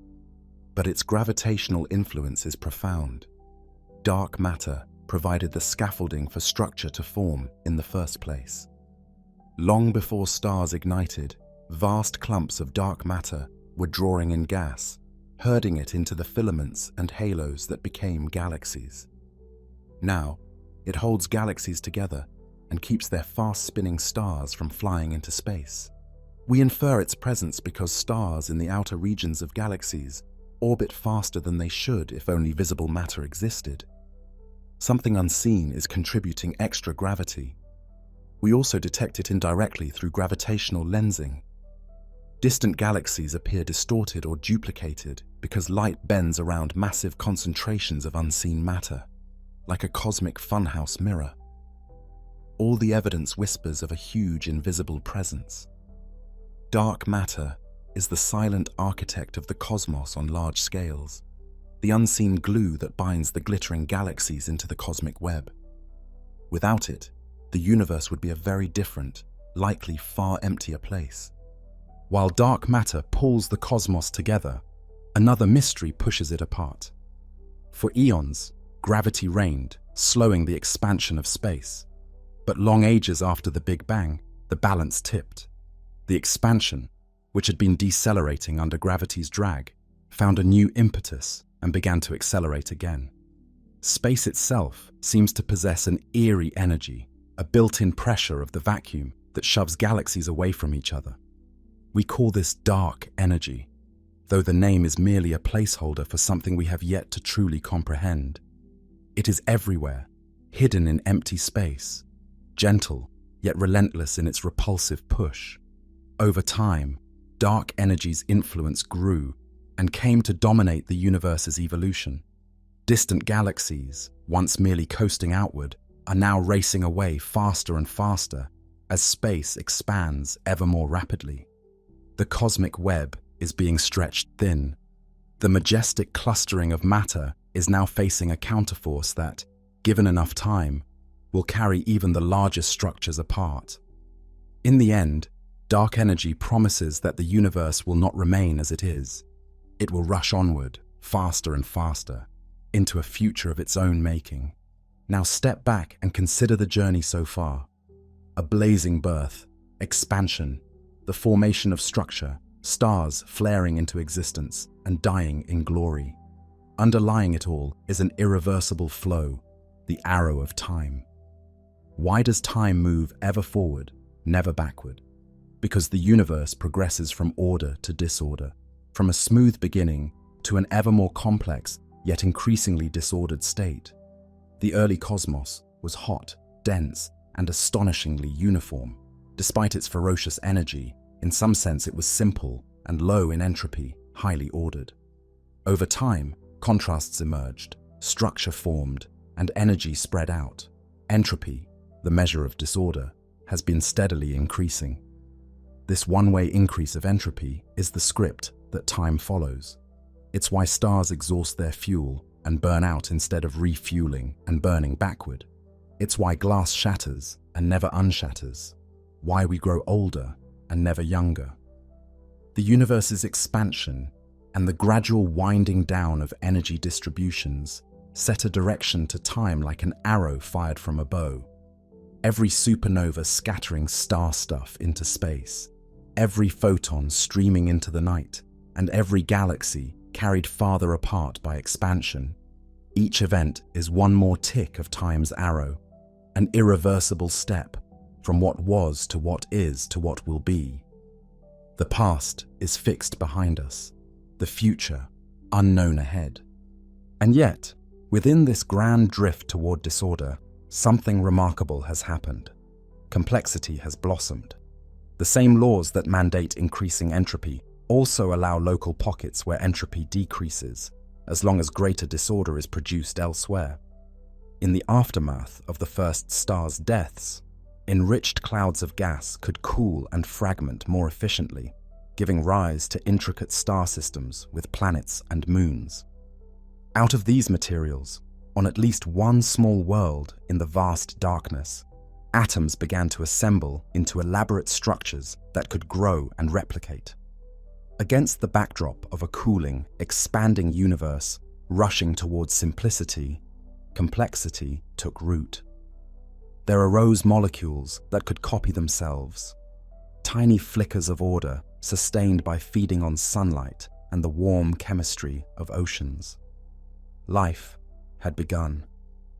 In warm little ponds, or perhaps around undersea hot springs on that young world, the first living cells emerged, microscopic, membrane-bound droplets carrying out primitive chemistry. These were the humble ancestors of all future life, utterly simple, and yet already striving and evolving, sustained by the energy of their parent star. From simple single cells, life on that blue world grew more intricate with time. Some microbes learned to harness sunlight. New oxygen flooded the skies and transformed the planet. Single cells joined together, forming multicellular beings. Life swarmed in the seas and eventually crept onto the barren land. There were times of exuberant diversification and times of mass extinction, but some living threads always survived to continue the story. In due time, after billions of generations of subtle improvements, sensing, thinking, creatures emerged. Beings with eyes to see and minds to wonder now walked under the stars. Out of molecules that once danced aimlessly in primordial oceans, consciousness sparked into existence. With that, the universe, in a small corner of itself, became aware. Through these curious beings, matter gained the ability to reflect on itself, to feel awe at the sky above, to seek meaning in the stars. The cosmos, which began in unconscious darkness, now had eyes to behold its light and ask its own nature. From the moment those beings gained the spark of awareness, the stars called out to their curiosity. Early on, around primal campfires, they crafted stories about the sky, a great domed tapestry of lights set there by gods or ancestral spirits.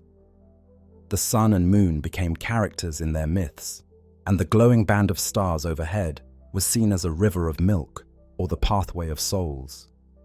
They had no idea what those points of light truly were, yet the mystery itself captivated them.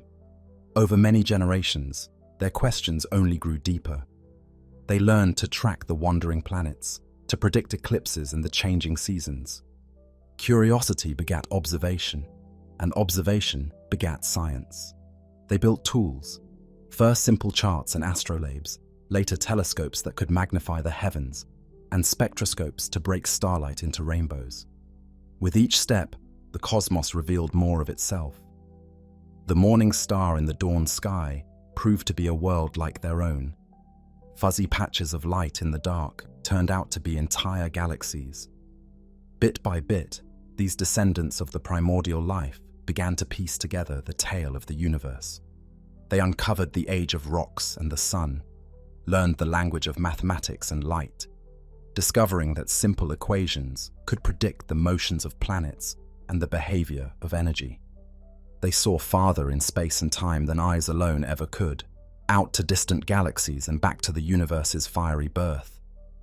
In modern times, humanity has catalogued galaxies billions of light years away and detected whispering signals left over from the birth of the cosmos. In doing so, we found that reality is grander than any myth our ancestors once imagined. Having come this far, these curious beings begin to ask grand new questions. They measure the sky with their instruments and ponder what they find. They wonder, is our universe the only one, or just one chapter in an endless library of universes? What lies beyond the edge of what we can see? Does space go on forever, or does it curve back on itself like a gigantic sphere?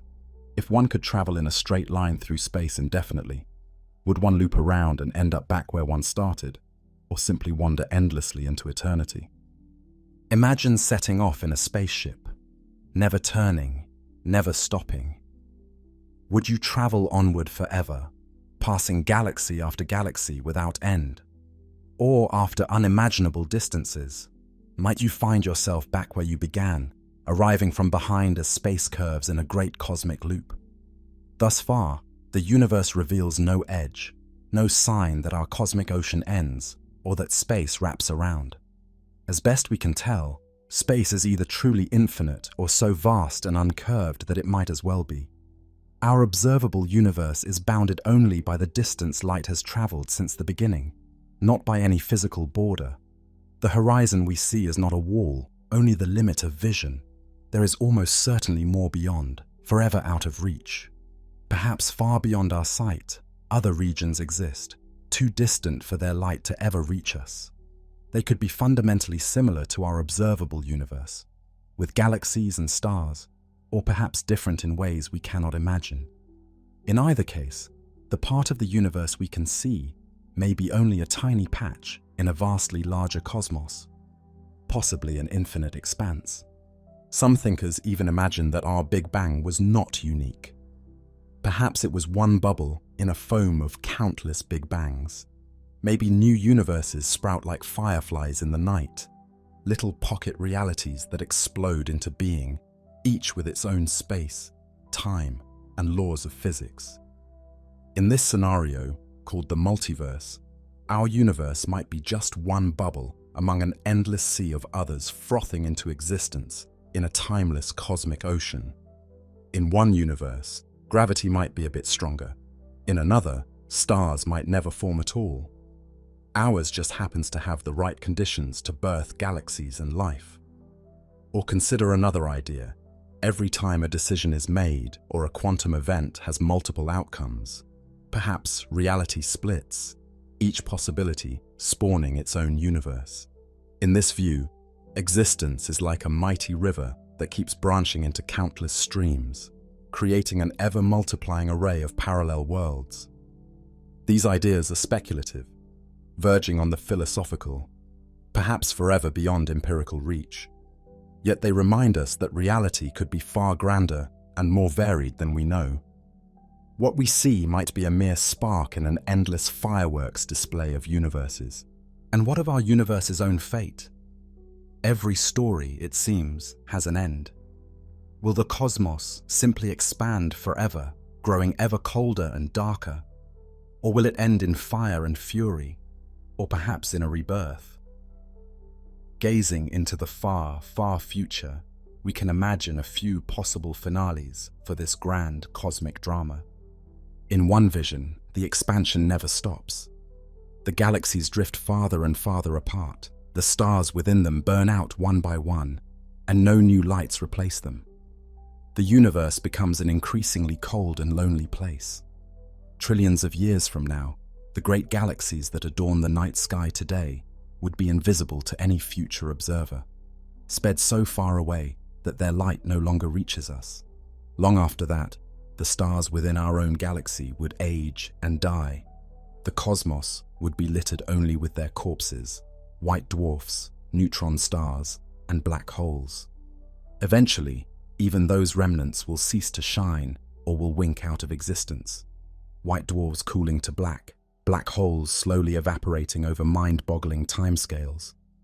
All matter might decay into the subatomic and disperse. What remains is a thin, cold haze of particles and dilute radiation, expanding into endless nothingness. This is the fate known as heat death, the big freeze, a universe eternally dying, yet never quite dead, asymptotically approaching nothingness. If you were an immortal being drifting in that far future, you would see an empty darkness like no night ever known. Galaxies beyond your own would have vanished from sight eons earlier. You might roam an entire galaxy and not find a single living star, only cold embers, black dwarf cinders, neutron stars, and silent black holes lurking invisibly. The very atoms of your body and surroundings would be decaying, proton by proton, over unimaginable spans. It would be a silent, frigid expanse, with nothing to mark the passage of time except the gradual fading of whatever faint glow of warmth still clings to existence. It is a lonely, ghostly end, the cosmos as an eternal winter, quiet and still. In another vision, the opposite happens on the grandest scale. The expansion itself might one day rip everything apart. If the mysterious dark energy grows stronger with time, as some theories allow, it could eventually overwhelm every binding force. In the far future, Galaxies wouldn't just drift apart, they would accelerate away at phenomenal speeds. Gravity would lose its grip even on individual galaxies. Stars would speed out of their orbits around the galactic center. Planets would fly off from stars. Ultimately, in the last moments, even atoms could be torn asunder, ripped apart by the expansion of space itself. Space would literally rupture, in a final catastrophic burst of all structures. The Big Rip, a cosmic dissolution of all order. Such an end would be as violent as it is swift. If you lived in a time approaching a Big Rip, you would witness a bizarre and terrifying sequence of events.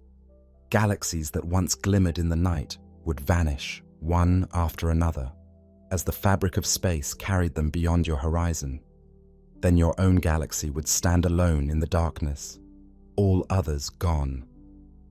In the final weeks or days, that darkness would start to brighten strangely, not from new light, but because the stars of your galaxy itself are flinging outward past you, leaving you amid fewer and fewer neighbors. The night sky would grow increasingly black as stars stream away into the void. Then, perhaps only your star system remains. In the last minutes, planets might slip from their orbits. The moon might spiral away from its planet. In the final seconds, the planet itself could come apart beneath your feet, crust, oceans, and core flying off as space tears it loose. You too would not be spared. First, pulled apart into molecules, then atoms, then subatomic bits, until even those are ripped from one another. In a big rip, the cosmos unmakes itself violently, a swift and total disintegration where all of creation's threads are unraveled into nothing. There is also a more circular vision. Perhaps gravity will one day halt the expansion and draw everything back inward. In this scenario, the cosmos would reach a maximum size, and then, ever so slowly, begin to contract. Galaxies would start to converge. Distant clusters would grow larger in the sky as they come hurtling closer. Over unimaginable spans of time, all matter and space would crunch back together. The universe that began in a bang of creation could end in a crunch of destruction, a big crunch, where space collapses into a hot, dense state once more. Some speculate this could even lead to a bounce, to a new Big Bang born from the old universe's ashes, making the cosmic story cyclical, an infinite series of expansions and contractions. If the cosmos were destined for a big crunch, the far future would grow brilliant and hot instead of cold and dark. Imagine billions upon billions of years hence. The expansion has not only stopped, but reversed. Galaxies begin rushing together. The night sky, now dark in our era because of immense distances, would start to brighten as more galaxies crowd into view. Thousands, then millions of galaxies, shining with the light of their trillions of stars, would fill the heavens. As time goes on, these galaxies would collide and merge, and the sky would blaze with the light of star formation everywhere. The cosmic background glow that is now a cold, faint microwave whisper would heat up to a warm glow, then to a furious glare, as all light becomes compressed in the shrinking universe. Eventually, all galaxies would coalesce into a single, all-encompassing fireball. In its final moments, everything, every atom, every star, every black hole would crash together. The universe would become an unimaginably hot, dense point once again.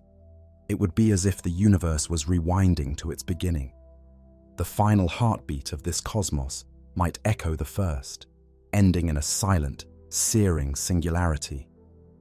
Perhaps, as some hope, that final collapse could be a rebirth, an implosion that triggers a new explosion, a new Big Bang, with a new universe emerging phoenix-like from the old.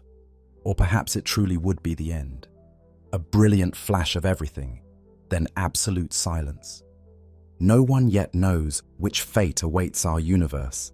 Endless expansion and freezing, a violent ripping apart, a grand collapse and potential rebirth, or some other end we have yet to imagine. For now, we live in a precious era of cosmic history. Enough time has passed since the beginning for galaxies, stars, planets, and life to have formed, but expansion has not yet accelerated, so much as to plunge everything into darkness. We exist during the cosmic midday, when the sky is rich with galaxies and the afterglow of creation still faintly lingers all around us. We can study the cosmos in this fortunate time and piece together its past, glimpse its possible futures, and marvel that we are here, alive and aware, witnessing the universe in its splendor. In our quest to understand reality, we have discovered that the familiar is not what it seems. Deep down, matter is not solid, and empty space is not truly empty. Everything is made of underlying fields, not tangible particles. One can imagine these fields as the hidden instruments of a grand cosmic symphony, each particle a fleeting note arising from the vibrational mode of a field. The vacuum of space is more like a silent stage filled with the potential for music. What appears empty is in fact a medium filled with invisible fields, electric fields, magnetic fields, gravitational fields, and more, that permeate all of existence. A particle is really a localized ripple in these fields, a little wave carrying energy. Thus, every atom in our bodies is a tiny vibration in a field that spans the universe. Even the void seethes with quantum whispers. Virtual particles flit in and out of existence, a restless sea of possibility beneath the veneer of nothingness. The closer we examine reality, the more it dissolves into a mesh of energy and information, a phantom dance of fields and probabilities. Space and time, too, have revealed their intimate strangeness. They are not rigid, separate backdrops to events, but a unified, flexible fabric, space-time, that can bend, stretch, and wrinkle. Mass and energy warp this fabric. A massive body like the Earth or the Sun creates a dimple in space-time around it, causing passing objects or beams of light to curve as they go by. Time itself can slow down or speed up depending on conditions. A clock on a speeding spacecraft ticks more slowly relative to one at rest. A second near a black hole can last longer than a second far from it. If you were to hover near the edge of a black hole's gravity, you would experience time passing normally for you, but an outside observer might see your movements stretched and slowed enormously. Space and time are malleable. When massive stars dance and merge in the depths of space, they send faint tremors through the fabric of space-time, gravitational waves that ripple outward like the surface of a pond disturbed by a stone. We have learned to hear these whispers of space-time. In giant detectors on Earth, we've caught the subtle stretching and squashing of space itself as black holes in distant galaxies collided and made the very planet quiver by less than the width of an atom. Reality, it turns out, is far more fluid and surprising than our everyday senses suggest. And through it all, filling the backdrop of the cosmos, is that gentle glow from the beginning of time. Once a brilliant flash of newborn light, now stretched to a cool whisper, it bathes the entire universe. It is a cool remnant of the fireball era, a billboard in the sky quietly proclaiming our origins. We are immersed in this ancient light at every moment, warmed imperceptibly by photons that have been traveling for nearly the universe's entire lifetime. The past is never fully gone. It surrounds us, humming softly just beyond our vision. Even in the stillness of a moonless midnight, with the stars glittering overhead, the air around us carries the faint whisper of the Big Bang. Here, on this tiny blue world, orbiting an unremarkable star in the outskirts of an ordinary galaxy, the universe has opened its eyes. We find ourselves alive, aware, and filled with questions inside a cosmos so vast and ancient that our minds strain to grasp it. We feel small beneath the sprawl of stars overhead, yet we are intimately connected to them. The very substance of our bodies was forged in stellar furnaces and spread through space by stellar deaths. The calcium in our bones was forged in the belly of a supernova and cast into the galaxy, before condensing into the world that would one day become our home and finding its way into our bodies. The iron in our blood once dwelt in the core of a massive star long ago. It rode the shock wave of that star's explosion, floated through interstellar space, and eventually became part of the dust and rocks that built this planet. The carbon in our DNA was cooked in the hearts of dying stars and released into the galaxy, wandering for eons until incorporated into the cells of our ancient ancestors, and now into us. Every atom in your body has traveled through time and space to be part of you. When we say we are made of stardust, it is the literal truth. We are made of this cosmos. We are built from its history. We are a way for stardust to contemplate the stars, for the cosmos to know itself. With our minds awakened, we have peeled back layers of time and space, determined to understand our origins. We have found that the universe is even more majestic and mysterious than those early sky watchers around the fire could have imagined. We have sent probes to other worlds and seen our planet from afar, a pale blue dot suspended in darkness, realizing how small and precious our home is. We have built great observatories that collect the ancient light from the beginning of time, and particle accelerators that recreate conditions just after the Big Bang. Every question we answer leads to deeper questions, but each discovery brings us a bit closer to the truth of our origins. Through science and art, through myth and mathematics, we continually translate the cosmos into terms we can understand. We create music and poetry inspired by the stars, and equations and theories to explain them, all in an effort to express the inexpressible. In doing so, the universe is writing its story through us. Our art, our science, our curiosity and creativity, they are the universe's way of reflecting on itself.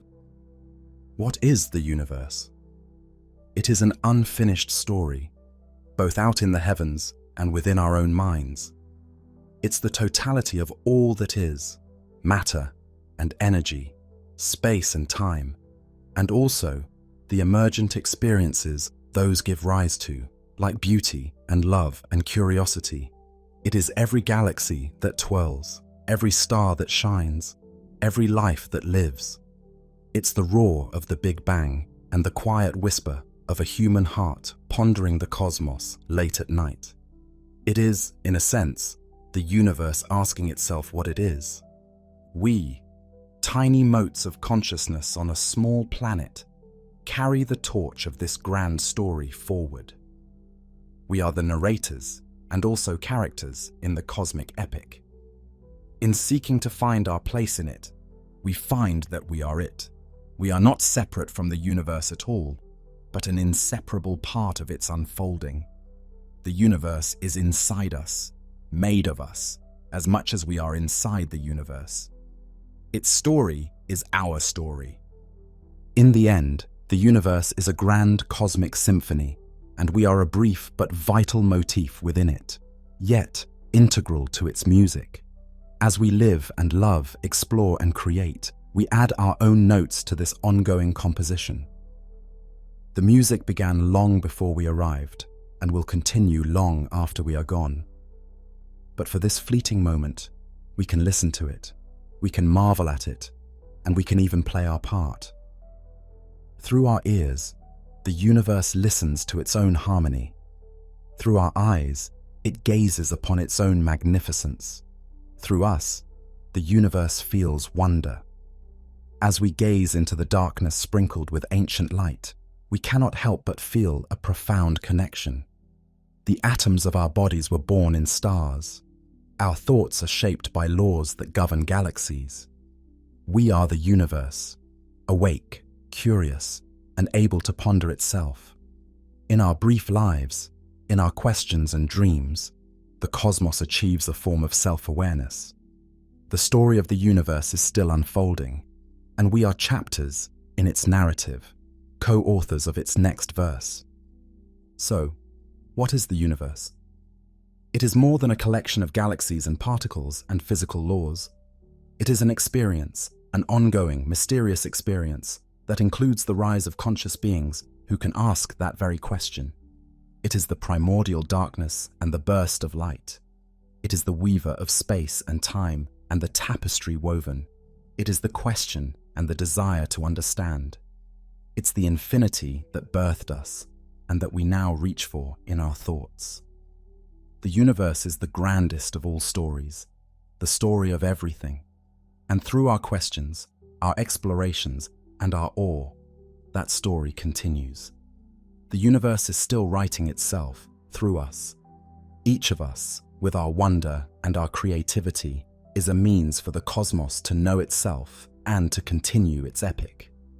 In the final reckoning, the most beautiful creation of the universe may not be a star or a galaxy, but the very capacity to appreciate its wonders.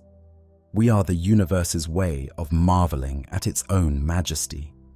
And as long as there are beings to look up at the sky and feel awe, the universe's story will never truly end. On a clear, moonless night, far from city lights, the sky becomes an infinite ocean of darkness studded with stars. Across that darkness arches a pale, luminous band, a gauzy river of light flowing from horizon to horizon. For millennia, humans have looked up at this silvery band with wonder. In myth and legend, it became a celestial road for the gods, a river of souls, or the spilled milk of a goddess strewn across the heavens. Before our cities lit the night and banished the stars, the Milky Way was a canvas for our imagination and a mirror of our yearning. People around the world named it in their own poetic terms: a straw way dropped by heavenly farmers, a silver river bridging lovers, a sky road for migrating birds, a spirit path for departed souls. Yet, even in their enchantment, those early stargazers could not imagine the true nature of that milky band. It would take centuries to discover that every wisp of that glow comes from countless distant suns, and that beyond the Milky Way lie other cosmic cities of stars, faintly visible as tiny smudges in the sky. What are these great star cities, these galaxies, that form the grand architecture of the universe? How did we come to understand them, and what do they tell us about our own existence? Our journey begins with the story of how humanity slowly awakened to the true scale and wonder of the galaxies. From myth to discovery, the Milky Way and beyond. For most of human history, the Milky Way was a mystery. Even as ancient myths wove stories about its light, no one knew what it truly was. The breakthrough came in 1610 when Galileo Galilei turned his telescope to that milky band. What he saw astonished him. The smooth glow dissolved into countless faint stars. The Milky Way was not a cloud or the breath of gods. It was made of stars. This was our first glimpse of the galaxy's true nature. Still, the Milky Way was thought to be the entire universe, a lone island of stars in a vast, dark sea. As the centuries passed, a few bold thinkers began to suspect there might be more islands out there. In 1755, philosopher Immanuel Kant imagined that the faint cloud, like patches observed in the night sky, were actually other Milky Ways, island universes far beyond our own. In the 1800s, telescopes grew more powerful, and astronomers began to see structure in these mysterious patches. The Great Irish Telescope of Lord Rosse, for example, revealed a spiral form in the Whirlpool Nebula in 1845, a majestic pinwheel of light. Such sightings fueled speculation. Could these spiral nebulae be galaxies in their own right, colossal systems of stars as vast as the Milky Way? The idea was daring and controversial. Many scientists insisted these nebulae must be nearby clouds of gas or clusters within our Milky Way, because imagining them as separate galaxies made the universe seem unthinkably large. Meanwhile, our understanding of the Milky Way itself was growing. In 1785, William Herschel attempted to map the Milky Way by counting stars in every direction, sketching our star system as a vast, flattened disk.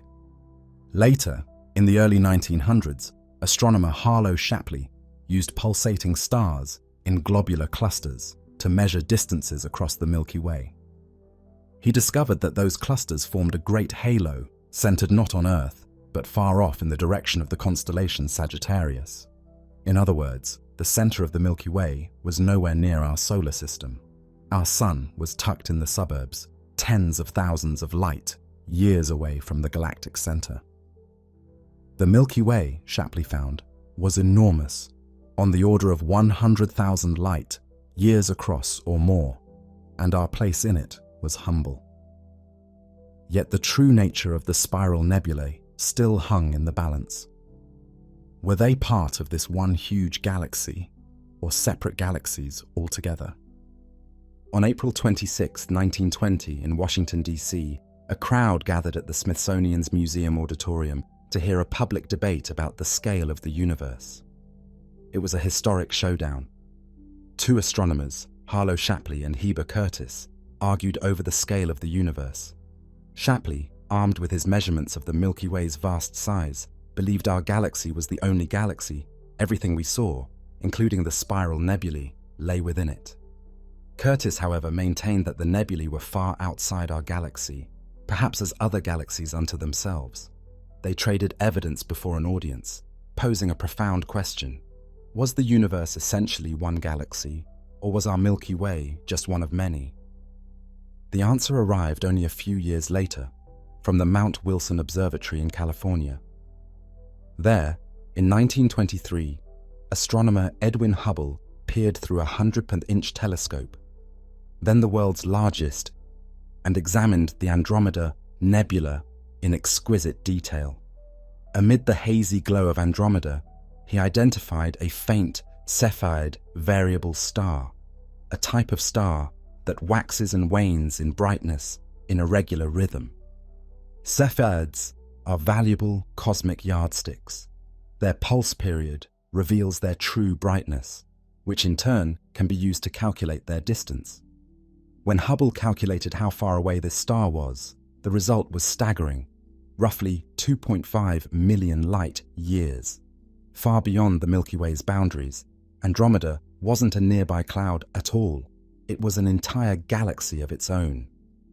Hubble's discovery was a watershed moment. It's said that upon seeing Hubble's evidence, Shapley conceded with awe, "Here is the letter that has destroyed my universe." The paradigm had shifted. The Milky Way was no longer the entire cosmos, but one galaxy among a multitude. In one stroke, the universe became immensely larger. The Milky Way was revealed to be just one galaxy among many. In the wake of Andromeda's measured distance, other spiral nebulae were likewise found to be far outside the Milky Way.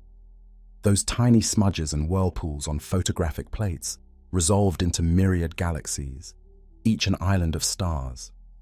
Our one-island universe had become an archipelago of galaxies, scattered through an expanding cosmos.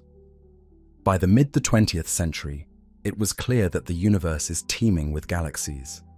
Astronomers began to catalogue the galaxies by the thousands, then millions. Estimates of the total number of galaxies climbed into the billions.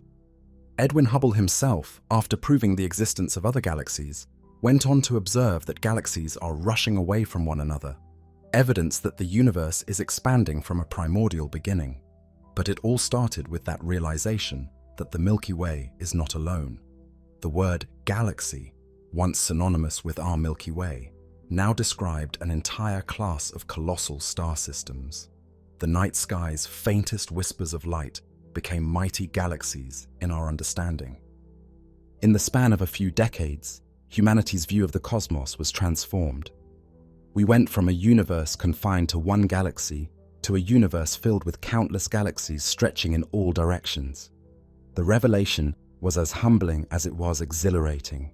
Our Milky Way, with its billions of stars, was just one among billions more. The scale of creation had expanded beyond imagination.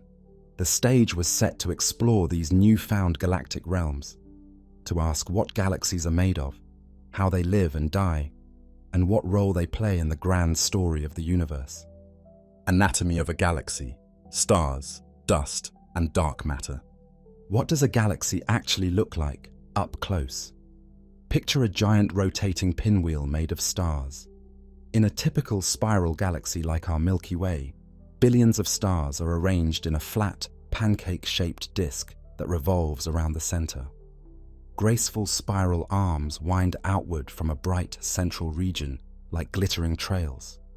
Those arms are not solid arms at all, but patterns, density waves, where stars and gas bunch together.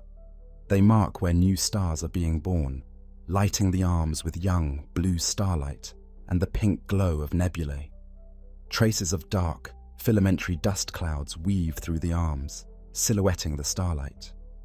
Closer to the center of the galaxy, the spiral arms give way to a bright central bulge, a crowded spherical hub of older reddish stars. At the very heart of that bulge, in the nucleus of the galaxy, lurks a powerful presence, a supermassive black hole. This monster, millions of times the mass of the Sun, anchors the core. Most of the time, it's invisibly quiet, swallowing the occasional drifting star or gas cloud. But it's there, a dark heart at the center of the galaxy's light. Surrounding it is a dense swarm of stars in the bulge, orbiting like bees around an unseen queen. Moving outward from the bulge, we transition into the disk of the galaxy, the broad, flat region where the spiral arms sweep around. Here is where the majority of a spiral galaxy's stars reside, including our own Sun. These stars orbit the galactic center in nearly circular paths as the entire disk rotates majestically. Our Sun, for instance, takes about 230 million years to complete one circuit around the Milky Way's center. Throughout the disk, we find vast clouds of gas and dust, the raw material for new stars. In fact, the spiral arms themselves are sites where this gas and dust have been compressed, triggering the birth of clusters of stars. It's within these stellar nurseries that bright young stars form and burn hot, illuminating their surroundings. Beyond the visible disk of stars, a galaxy extends further into a much fainter realm. Enveloping the galaxy is a vast halo of old stars, globular clusters, and something even more mysterious, dark matter. Scattered throughout this halo are ancient globular clusters, each a spherical swarm of very old stars orbiting the galaxy's center. The halo's stars are scarce and dim, so you'd barely notice them in a photograph. But the halo isn't empty. It's filled with an enormous amount of invisible mass. This is the galaxy's dark matter halo, a spherical cloud of matter we cannot see, but whose gravity we can feel. It's this dark matter that provides much of the gravitational glue holding the galaxy together, extending well beyond where the starlight fades out. In a real sense, the true size of a galaxy is defined not just by its starlight, but by this huge dark halo reaching far into space. All these components, the spinning disk with its spiral arms, the central bulge and black hole, and the extended halo of stars and dark matter, together form a single coherent system bound by gravity. A galaxy is like a cosmic ecosystem. Stars are born from gas, live out their lives, and die, often exploding and enriching the galaxy with heavier elements. Those elements mix into new gas clouds, seeding the next generation of stars. Over billions of years, this cycle of birth and death gives the galaxy its character.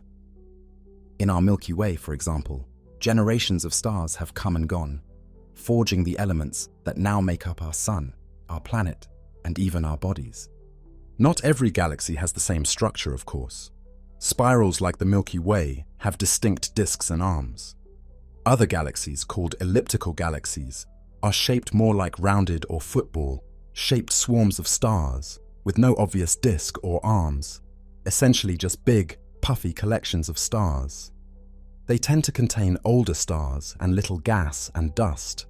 And then there are irregular galaxies, which defy neat classification, with chaotic shapes often caused by gravitational encounters or mergers. But all galaxies share the same basic ingredients: stars, gas, dust, and dark matter, arranged in some unified form. Whether a galaxy is a flat spiral or a blob like Elliptical, it will likely have a central concentration of stars and a surrounding halo dominated by dark matter. In a way, a galaxy is like a city of stars. It has a densely populated downtown, sprawling suburbs, and distant outlying regions that fade into the darkness. It is an enormous, self-contained society of stars orbiting together through space. Our Milky Way, for instance, contains hundreds of billions of stars, each as real and potentially as sun-like as our own, along with vast interstellar clouds and invisible dark matter.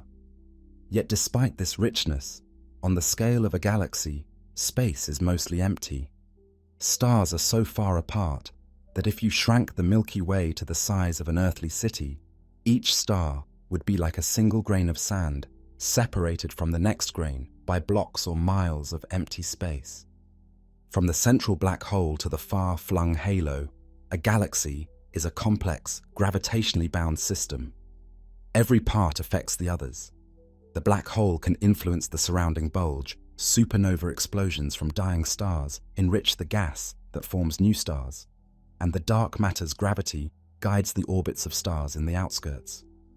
This grand structure, stars, dust, gas, and dark matter dancing in unison, is what makes a galaxy more than just a random collection of matter.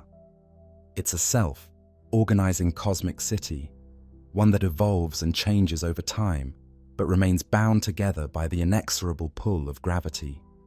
In the next part of our journey, we will look at how astronomers classify these galactic cities by their shapes and what those shapes reveal about the galaxy's histories. Galactic diversity, spirals, ellipticals, and irregulars. Galaxies come in a dazzling variety of shapes and sizes. In the early 20th century, Edwin Hubble devised a system to classify them, often depicted as a tuning fork diagram. At one prong of the fork are the elliptical galaxies, big, smooth balls of stars ranging from nearly round to elongated ovals. On the other prong are the spiral galaxies, flat disks with spiral arms, further divided into those with a central bar of stars and those without. In between, bridging the fork's handle to the prongs, are lenticular galaxies, disk, shaped like spirals but without visible arms, appearing as a smooth lens of stars. And off the neat ends of the fork are the oddballs, irregular galaxies that don't fit any simple shape. The spiral galaxies are perhaps the most visually striking. They look like cosmic pinwheels, with curving arms and sometimes a bar through the center. Our Milky Way is one such barred spiral, as is the nearby Andromeda galaxy. Spirals tend to have plenty of gas and dust, which fuels ongoing star formation in their arms. The presence of bright young blue stars and glowing nebulae gives the arms a speckled bluish tint, while the central bulge shines yellow, white with older stars. Spirals can have arms that are tightly wound or loosely trailing, and a given galaxy might have two prominent arms, or multiple fragmented ones. Despite these differences, when you see that classic spiral form, you're looking at a galaxy that is actively creating stars and has a dynamic, rotating disk. Elliptical galaxies, by contrast, are more like cosmic rugby balls or giant glowing halos. They lack the clear features of spirals: no arms, no disk, just a broad ellipsoid of stars. Some ellipticals are nearly spherical, others are stretched and elongated. These galaxies typically appear reddish or yellowish because they are dominated by older, cooler stars. Very little cold gas or dust remains in an elliptical, which means new stars are no longer forming there. Instead, an elliptical galaxy is a more quiescent system, a retired galaxy in terms of starbirth. Many ellipticals are also enormous. Some of the largest galaxies in the universe are giant ellipticals like M87 in the Virgo cluster, a monster galaxy with trillions of stars and a supermassive black hole at its core. These leviathans often sit in the cores of galaxy clusters, having grown by gobbling up smaller galaxies over time. Sitting between spirals and ellipticals are the lenticular galaxies. A lenticular galaxy has a central bulge and a disk like a spiral, but no spiral arms. It's as if the whirlpool pattern of a spiral galaxy has faded away, leaving just a smooth disk. Lenticulars often have used up or lost much of their gas, so they have little ongoing star formation, similar to ellipticals in that sense. Yet they still retain a flattened disk structure of stars. They might represent a transitional phase, perhaps a spiral galaxy that lost its gas, or maybe the product of mergers that didn't completely randomize the stars into a puffball. They tend to have older stars like ellipticals, and without arms they look more featureless, just a bright core and a faint disk fading outwards. Then there are irregular galaxies, which, as the name implies, refuse to be neatly categorized. Irregulars have ragged, blobby shapes with neither arms nor smooth symmetry. Many are small dwarf galaxies that simply don't have enough mass to form an organized structure. They might look like clumps of stars and gas without a clear center. Others have been distorted by gravitational encounters. A past close pass or collision with another galaxy may have torn them into chaotic shapes. The large and small Magellanic Clouds, companion galaxies to the Milky Way visible in the southern hemisphere's night sky, are classic examples of irregular galaxies. They are full of active star formation and nebulas, but lack the symmetry of a spiral. Irregulars remind us that not every galaxy is a majestic pinwheel or a serene ellipse. Some are cosmic train wrecks or nascent fragments still finding their form. These shapes aren't just cosmetic. They tell a story about a galaxy's history and life cycle. A spiral galaxy's supply of gas and abundance of young stars suggests it's in an active phase, still evolving gradually and relatively undisturbed. An elliptical galaxy, full of old stars and little gas, likely has experienced a more violent past.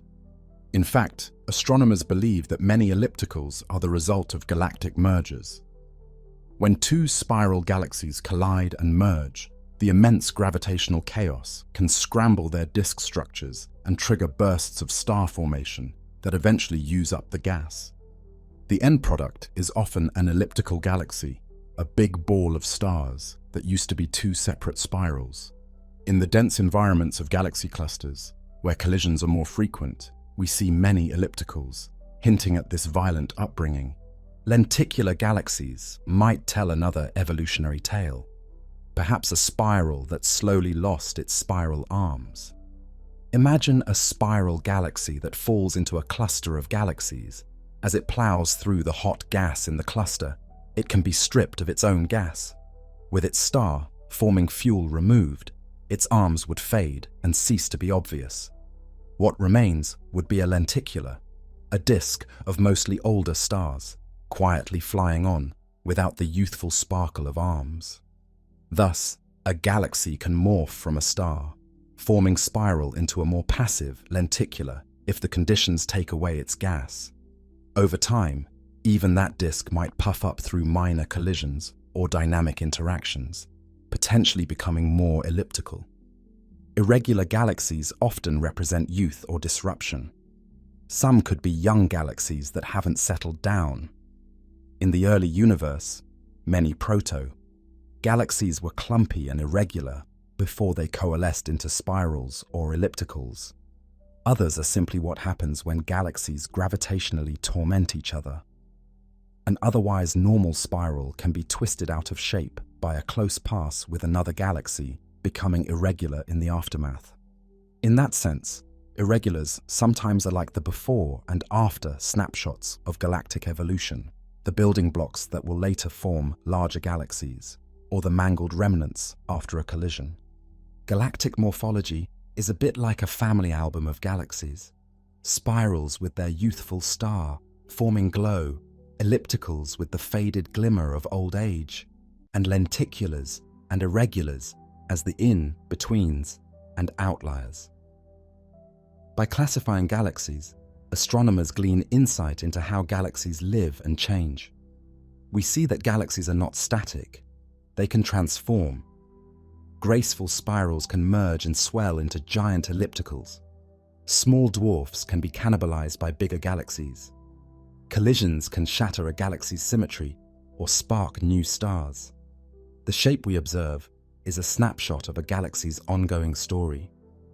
This diversity in form is a testament to the myriad paths galactic evolution can take. It reminds us that each galaxy we see in the telescope, whether a perfect spiral or an amorphous smudge, has a unique history written in its shape and stars. Understanding these classifications and what they imply sets the stage for exploring how galaxies are born, grow, and sometimes die, a story that begins in the aftermath of the Big Bang and continues to unfold across cosmic time. Origins and evolution, from the Big Bang to today. Galaxies have not always filled the universe. There was a time, shortly after the Big Bang, when no galaxies existed at all, no stars, no structures, just a hot, dense fog of energy and subatomic particles. But even in that primordial chaos, tiny ripples in density were present. As the universe expanded and cooled, these slight fluctuations, quantum wrinkles stretched to cosmic scales, became the seeds of all future structure. Gravity began to amplify them. Regions just a bit denser than average slowly pulled in more matter. In the earliest epochs, matter in the universe was mostly hydrogen and helium gas, along with a much larger share of invisible dark matter. Dark matter doesn't interact with light, so as the universe cooled, it was free to clump together quickly, unhindered by radiation pressure. It formed an invisible scaffolding, a cosmic web of filaments and knots, into which ordinary gas flowed. Within a few 100 million years after the Big Bang, some of these knots of dark matter and gas had grown dense enough to ignite the first stars. These stars, we call them population 3 stars, were unlike any that exist today.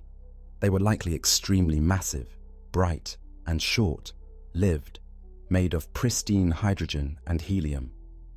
They lived fast and died young, some exploding as supernovae that enriched their surroundings with the first heavier elements like carbon, oxygen, and iron. With the birth of the first stars, the first proto-galaxies emerged. They might not have looked like the grand galaxies we see now. More likely, they were small, clumpy collections of stars. Perhaps only thousands or millions of stars bound together. But they were the seeds of future galaxies. Over the next few 100 million years, these fledgling star clusters began to merge and gather. Gravity drew proto-galaxies toward each other, combining them into larger structures.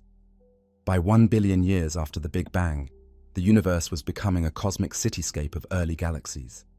Many of them were irregular and turbulent, actively forming stars at a ferocious rate. The ultraviolet light from these newborn galaxies helped end the cosmic dark ages by reionizing the hydrogen gas in intergalactic space, making the universe transparent to starlight. As time went on, small galaxies merged into larger ones in a hierarchical fashion, like streams converging into rivers. This process of hierarchical merging meant that big galaxies grew at the expense of smaller ones. Every merger was a dramatic event. When two galaxies collided, their stars typically passed by each other, but their clouds of gas slammed together, triggering bursts of new star formation.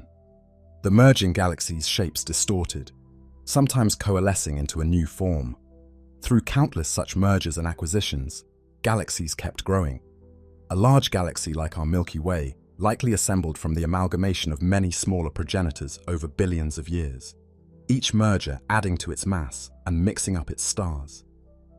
Meanwhile, galaxies also grew by a quieter method, accretion of gas from their surroundings. Along the filaments of the cosmic web, tendrils of gas continued to funnel into galaxies, especially in the early universe. This fresh gas was fuel. It settled into rotating disks and kept star formation alive. In fact, even as major mergers built up the bulk of galaxies, a steady flow of intergalactic gas helped form extended disks and spiral structures. In galaxies that didn't undergo disruptive collisions for a long stretch, well, ordered disks had time to develop, the kind we see in majestic spiral galaxies. The Milky Way, for instance, has likely enjoyed a relatively quiet life for the past several billion years, allowing it to maintain its spiral disk and keep forming new stars at a modest rate by accreting gas. Galaxies also evolve internally. As generations of stars live and die within them, the galaxy's content changes. Early stars forged new elements and spread them out when they died, gradually enriching the galaxy's gas with heavier elements. This means later generations of stars, like our Sun, were born from material that had been recycled through previous stars, including elements crucial for planets and life. Over billions of years, the rate of star formation in the universe rose to a peak and then declined. That cosmic high noon, when galaxies were churning out stars at record pace, is long past. Many galaxies today are less active, having used up or lost much of their star, forming fuel. The environment around a galaxy plays a big role in how it evolves. A galaxy, floating relatively alone, might keep its gas and continue forming stars for a very long time. But a galaxy in a crowded cluster can have a much harsher life. As it plunges through the thin, hot plasma that fills galaxy clusters, its own gas can be stripped away like leaves torn off a moving car. With its gas gone, its star formation can slow to a halt, turning a once blue spiral into a gas, poor lenticular or elliptical over time. Also, frequent interactions in a cluster, small gravitational tugs from many neighbors, can stir up a galaxy's structure, making spiral arms disheveled or triggering periodic bursts of star formation until the gas is exhausted. Throughout cosmic time, mergers big and small continue to shape galaxies. Two sizable galaxies merging can transform their structures, often yielding an elliptical galaxy and perhaps fueling a quasar as their central black holes ignite. Minor mergers, where a big galaxy cannibalizes a smaller one, are common too. Our Milky Way is in the process of digesting several dwarf galaxies even now, their stars forming streams in our halo. Every such event adds stars to the larger galaxy and can jostle its structure slightly. Galactic evolution is thus a complex tapestry woven from smooth flows of gas, violent collisions, internal fireworks of star birth and death, and environmental influences from the cosmic neighborhood. Over 13.8 billion years, galaxies have grown from tiny embryonic fluctuations into the grand systems we see today. Many started as little more than glimmering irregular clumps. Some settled into stable rotating disks. Others underwent repeated smash-ups that left them as giant ellipticals. Some, especially smaller ones, remain irregular to this day, perhaps never having the chance to form a tidy structure. One intriguing aspect of galaxy evolution is the co-evolution of galaxies with their central black holes. Almost every large galaxy has a supermassive black hole in its core, and somehow these black holes grew in tandem with their galaxies. In the early universe, frequent mergers and copious gas likely fed the black holes, turning some into blazing quasars. There's a curious correlation today.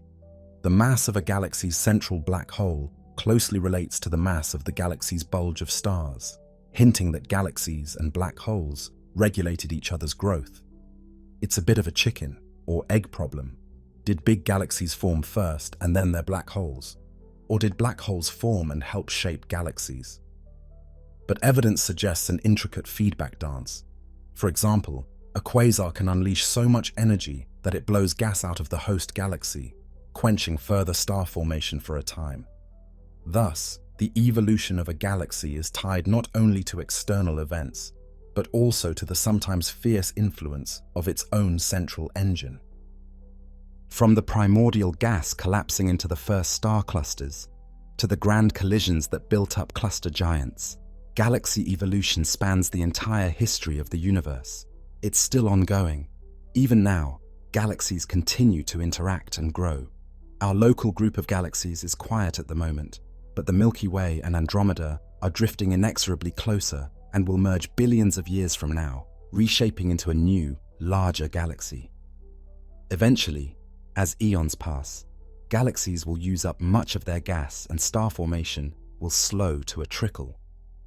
The night skies of the far future may be dominated by aging red stars and fading galaxies. But for now, in this epoch, galaxies of all types still populate the cosmos, from lively spirals to sleepy ellipticals, each a product of the rich evolutionary journey that took it from the aftermath of the Big Bang to the form we observe today. When galaxies collide, cosmic encounters and mergers. Galaxies are not static, isolated islands. They often interact and sometimes collide in a slow motion dance governed by gravity. Imagine two enormous cities drifting toward each other over eons.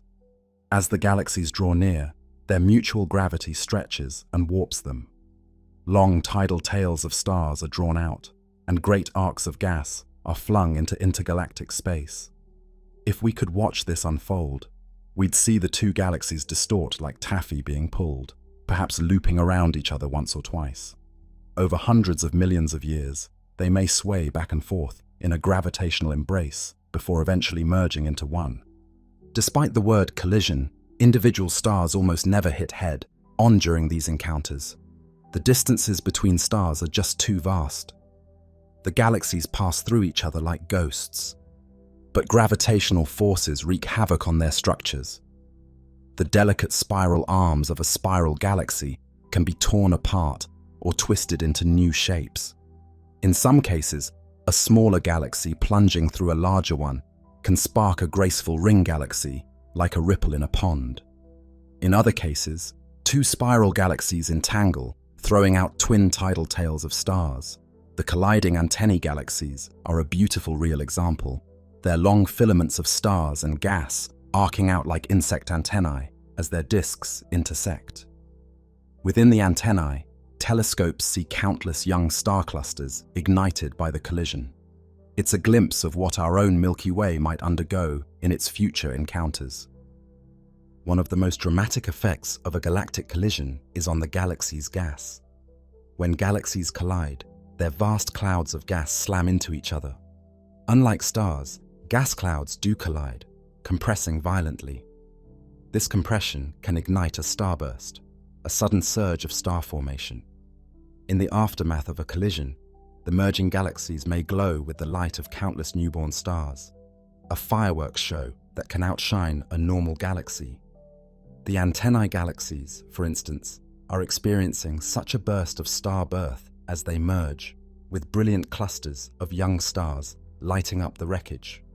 In addition, as the two galaxies coalesce, their central supermassive black holes will eventually spiral toward each other and merge as well, potentially releasing a burst of gravitational waves. Over time, the result of a major merger is often a single, more massive galaxy. Two spiral galaxies colliding will likely settle into an elliptical galaxy, their orderly disks destroyed, their gas largely converted into stars or expelled, leaving a big ball of stars. The chaos of the merger tends to randomize the orbits of stars, which is why the end product has that puffy, elliptical shape rather than a flat disk. We see evidence of past mergers in some galaxies today. Giant ellipticals often have faint shells or ripple patterns of stars around them, the ghostly remains of smaller galaxies they absorbed. Our own Milky Way shows signs of past minor mergers too. Streams of stars in the halo mark where dwarf galaxies were torn apart and assimilated. Even small interactions can leave lasting impressions. A flyby of a smaller galaxy might induce spiral arms or bars in a larger galaxy, or cause a burst of star formation by jostling its gas. Galaxies can also cannibalize their companions. A big galaxy like the Milky Way can slowly consume a small satellite galaxy, pulling it apart over billions of years. In fact, The Milky Way is doing this right now to at least 2 known dwarfs, their stars being strung out into lengthy loops around our galaxy as they are assimilated. These minor mergers are gentler than a head on collision of equals, but they still contribute to a galaxy's growth and can subtly disturb its structure. One collision in particular stands out to us because it lies in our future: the anticipated encounter between the Milky Way and the Andromeda galaxy. Andromeda, currently about 2.5 million light years away, is on a slow collision course with us, due to meet our Milky Way in about 4 billion years. Though that sounds comfortably far off, in cosmic terms, both galaxies are essentially fated to merge. What will this titanic meeting be like?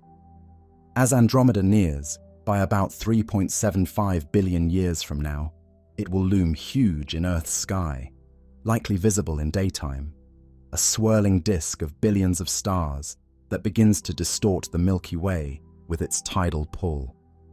Eventually, the disks of the two galaxies will begin to interpenetrate.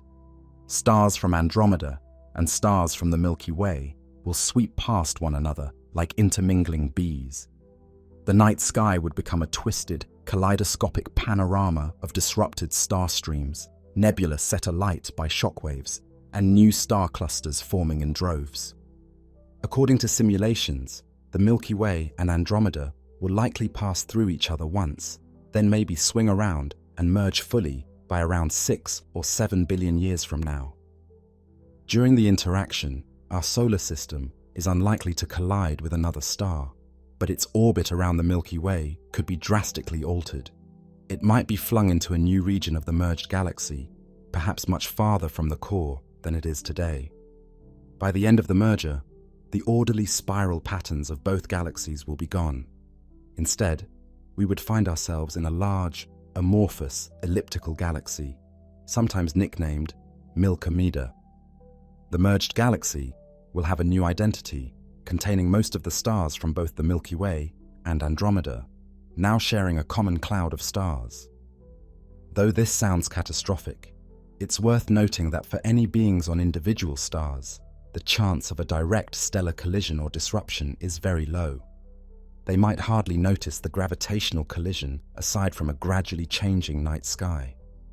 The real violence is in the gas and the overall structure, and indeed, if humanity's far descendants are around, they might witness a sky ablaze with more stars and nebulae than ever as the collision triggers star formation. It would be an awe-inspiring spectacle. Galactic collisions are a crucial part of the life cycle of galaxies. Through them, galaxies grow and change form. They can rejuvenate a galaxy by kick, starting starbirth, or they can quench a galaxy by using up and ejecting star, forming fuel. They create some of the most stunning vistas in the universe, luminous tails, rings, and collisional remnants that we observe with our telescopes as snapshots of different stages of this cosmic dance. In the grand scheme, collisions are also how we got from the small primitive galaxies of the early universe to the large galaxies of today. The Milky Way. Andromeda collision will be just one of countless such events that have happened throughout cosmic history and will continue to happen as time marches on. Even as the universe expands and distant galaxies recede from each other, gravitationally bound groups like our local group will eventually coalesce. The end result, far in the future, might be giant combined galaxies, each isolated in an ever-expanding void. For now, we can look at interacting galaxies elsewhere in the cosmos to understand our own galaxy's fate and the dramatic transformations collisions bring. Next, we zoom in on one of the most beautiful outcomes of galactic evolution, the process by which galaxies give birth to new stars. Whether in the wake of collisions or in the calm spiral arms, star formation is the ongoing heartbeat of a galaxy, and it's to these cosmic nurseries that we turn. The alchemy of stars, galactic nurseries, and stellar birth. Every star, including our sun, was born in a cosmic nursery, a great cloud of gas and dust within a galaxy. These nurseries, known as molecular clouds, are cold, dense patches of the interstellar medium. A typical molecular cloud might contain thousands to millions of times the mass of the Sun in gas, spread over dozens or hundreds of light years. Within these dark, frigid clouds, gravity quietly begins its work. Small, random density enhancements grow as gas clumps together. If a region becomes dense enough, its own gravity causes it to collapse inward. As it collapses, it fragments into smaller pockets, like a lump of dough breaking into pieces, each destined to form one or a few stars. Deep inside one of these collapsing clumps, the material compresses and heats up. A protostar takes shape, a hot, dense core of gas that isn't a true star yet, but is on its way. As the protostar gains mass from the infalling cloud, its core grows hotter and more pressurized. Eventually, when the temperature and pressure skyrocket enough, hydrogen nuclei begin to fuse into helium. This ignites the nuclear fire at the protostar's center E, and a star is born. The newfound star's radiation and stellar winds then push away the remaining shroud of gas around it, often creating a beautiful glowing nebula as the gas is ionized. What was once an opaque, dark cloud now becomes a stellar nursery, lit up by its offspring. Stars tend to be born in batches. A single collapsing cloud can give birth to a whole cluster of stars, some hefty and bright, some smaller and dim. For example, peer into the Orion Nebula, a stellar nursery about 1/300 light years away. You'll see a glowing cavern of gas and dust lit by a clutch of brilliant newborn stars. Within that nebula, dozens more protostars hide in cocoons, still gathering mass. It's a snapshot of starbirth in action, a miniature version of the process unfolding countless times across our galaxy. The trapezium cluster of massive young stars at Orion's heart is carving a cavity in the cloud with intense ultraviolet light and stellar winds. Within such clusters, the most massive stars blaze to life first. Their intense radiation and powerful winds carve cavities in the cloud and can trigger further collapse in nearby parts of the cloud. In this way, massive stars can act both as catalysts and inhibitors for the next generation of stars. They are short-lived, however, living only a few million years. And when they die as supernovae, they send shockwaves through the cloud that can compress it in places and disperse it in others. In a spiral galaxy, these processes are not happening randomly everywhere, but often concentrated in the spiral arms. The spiral arms are like traffic jams in the galaxy's disk. They are regions where gas clouds get squeezed as they orbit the galactic center. When a molecular cloud enters the denser environment of an arm, it can trigger collapse and star formation. As a result, we see bright young star clusters and HII regions lining the spiral arms, marking the locations of recent star birth. These newborn stars, especially the hot blue ones, shine brilliantly but burn out quickly, so they don't drift far from their birthplaces. Hence, the arms remain defined by these ongoing nurseries. Meanwhile, older stars have had time to move away, so between the arms we mostly find middle-aged and old stars. Different galaxies have different personalities in terms of star formation. Our Milky Way currently forms only a few solar masses worth of new stars each year, quietly and steadily. In contrast, some galaxies, especially those experiencing interactions or mergers, can undergo starbursts where dozens or even hundreds of solar masses of stars form per year. These starburst galaxies are ablaze with massive young stars, and they radiate strongly in infrared as dust in the galaxies is heated by the intense stellar newborns. Irregular dwarf galaxies can also have phases of rapid star formation, often triggered by a brush with a larger neighbor or by a fresh influx of gas. On the flip side, galaxies that have lost or exhausted their gas have virtually no new stars forming. Their stellar populations are aging without rejuvenation. Star formation is a feedback loop within a galaxy. When stars form, especially massive ones, they alter their environment dramatically. The combined effect of many massive stars in a region, through stellar winds, supernova explosions, and radiation, can create superbubbles that blow holes in the galactic gas disk, venting material out into the halo. Some of that gas may cool and rain back down to the disk later, potentially forming new clouds. Or it may escape the galaxy entirely if driven hard enough, especially in a starburst or quasar phase, an event that can effectively shut down future star formation by removing fuel. In moderate amounts, though, feedback from stars helps to regulate the pace of star formation, preventing the galaxy from turning all its gas into stars at once. Over the life of a galaxy, star formation acts as a clock and a forge. It's a clock because the rate at which gas turns into stars will determine how long a galaxy's star-forming era lasts.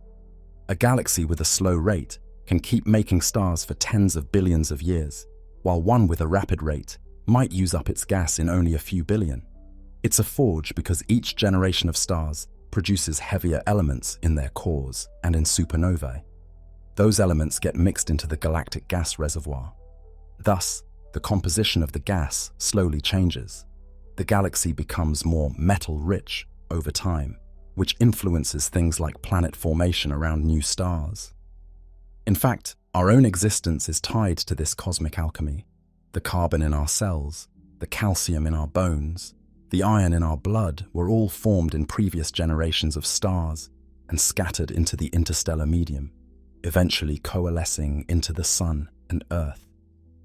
Galaxies, by forming stars, gradually enrich the cosmos with the ingredients for planets and life. Within galaxies, different environments yield different kinds of star formation. In the dense heart of a starburst or the core of a merging galaxy, star formation might be so rampant that hundreds of thousands of massive stars form in a short time, leading to an outbreak of supernovae, like a cosmic storm. In the quiet outskirts of a spiral galaxy, small clouds might occasionally birth only low, mass stars, faint red dwarfs that will live for trillions of years. Some galaxies, like large spirals, have a mix of environments, busy spiral arms and calmer inter-arm spaces, creating a balance of star formation across various scales. Other galaxies, like ellipticals, are essentially retired, containing gas that's too hot or diffuse to collapse, so star formation is dormant. From a bird's eye perspective of a galaxy, you would see star formation as twinkling patches of light. Here, a cluster of blue newborn stars. There a glowing nebula around an emerging cluster. If you could watch in accelerated time, you'd see clouds collapse and ignite, and perhaps, after a few million years, see bubbles and blasts from supernovae shaping the surroundings. It's an endless cycle. Galaxies are constantly converting some portion of their gas into stars, which then live out their lives and return some material back to the galaxy when they die. This ongoing stellar production line is the engine that keeps a galaxy visible and vibrant. It is literally the act of galaxy building, assembling new stellar components that, for a time, light up the galaxy from within. In sum, star formation is the beating heart of a galaxy's evolution. As long as a galaxy has gas, it can give birth to stars and thus continue the cosmic story, lighting up the darkness, forging new elements, and providing the raw material for planets and potentially life. Next, we explore an enigmatic ingredient that heavily influences all these processes, yet reveals itself only through gravity: the dark matter that surrounds galaxies and shapes their fate. The hidden mass, dark matter's grip on galaxies.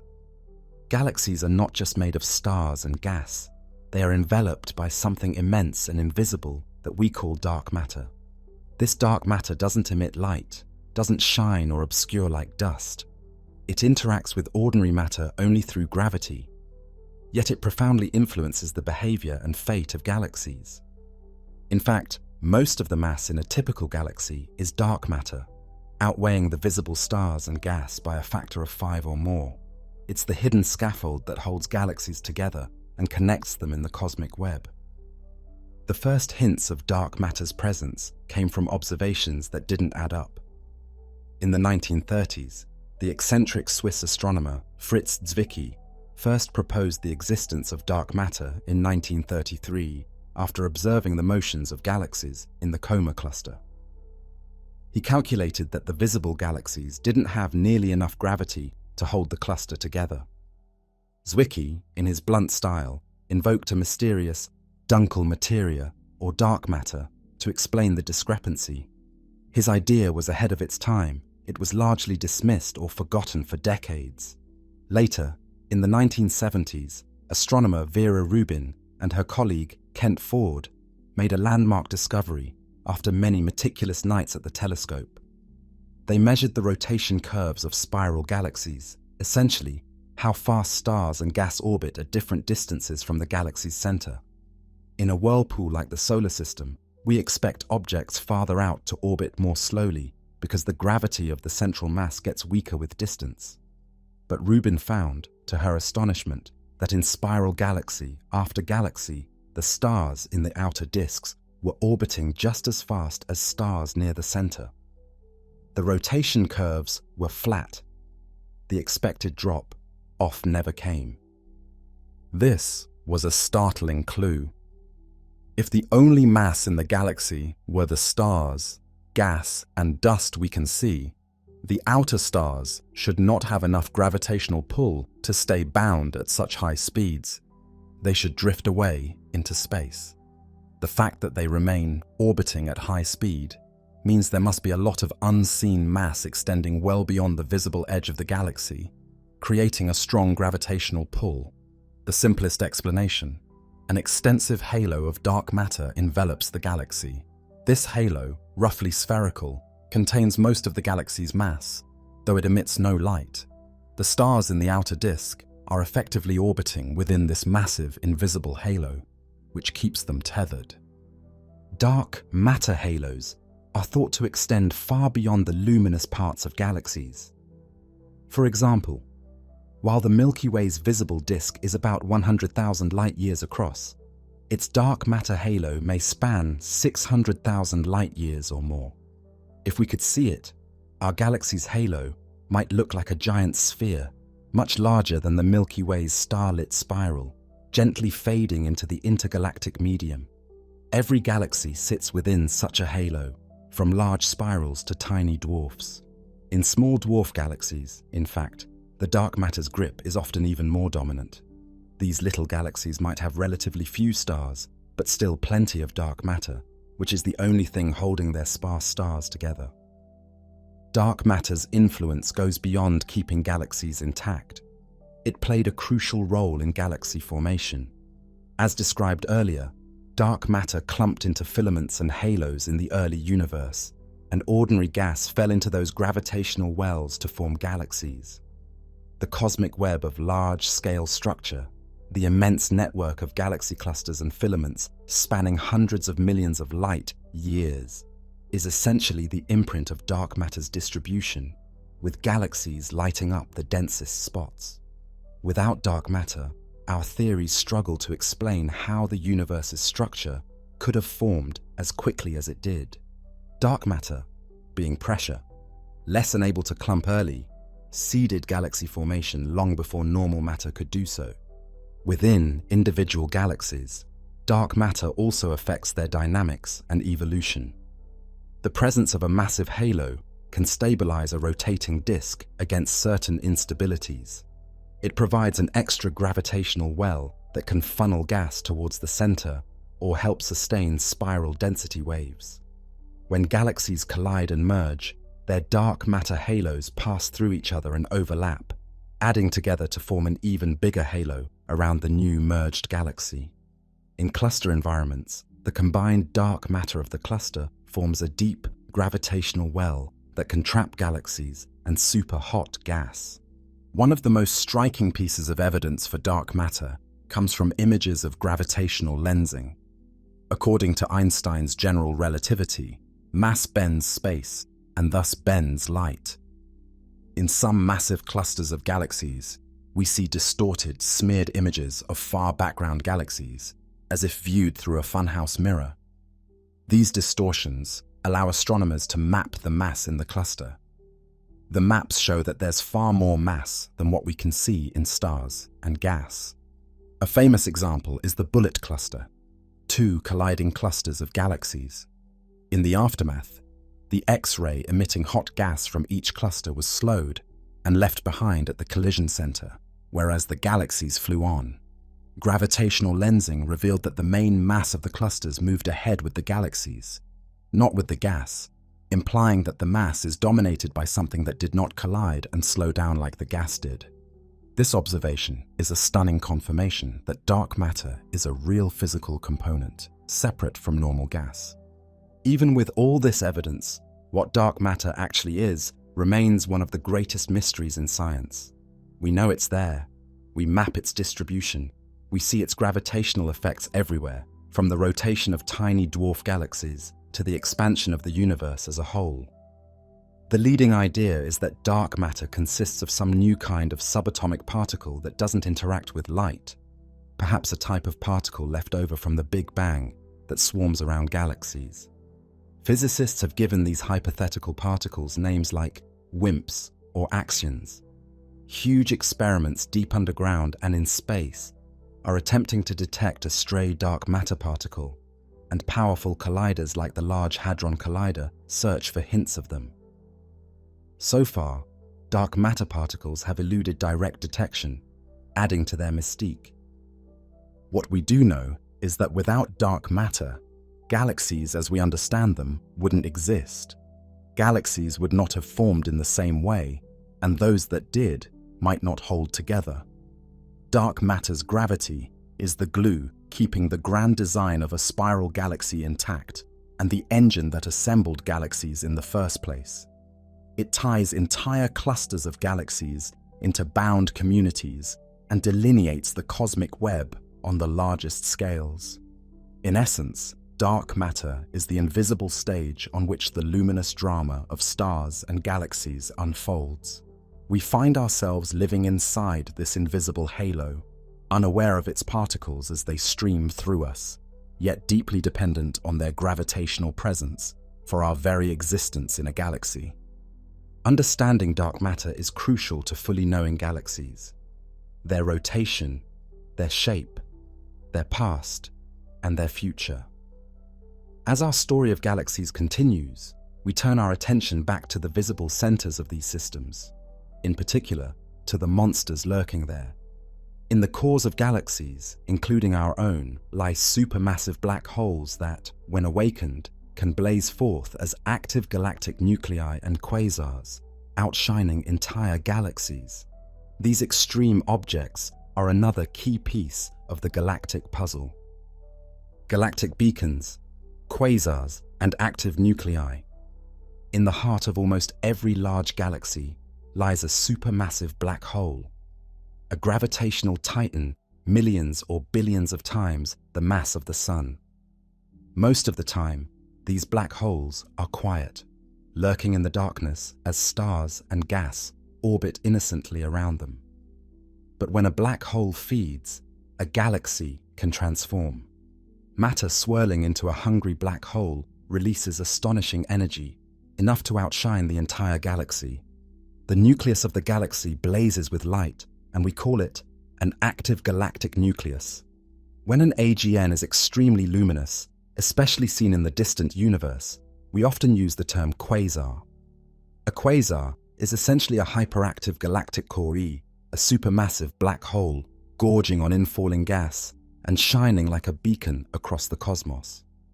How does a black hole, which by itself emits no light, produce such brilliance?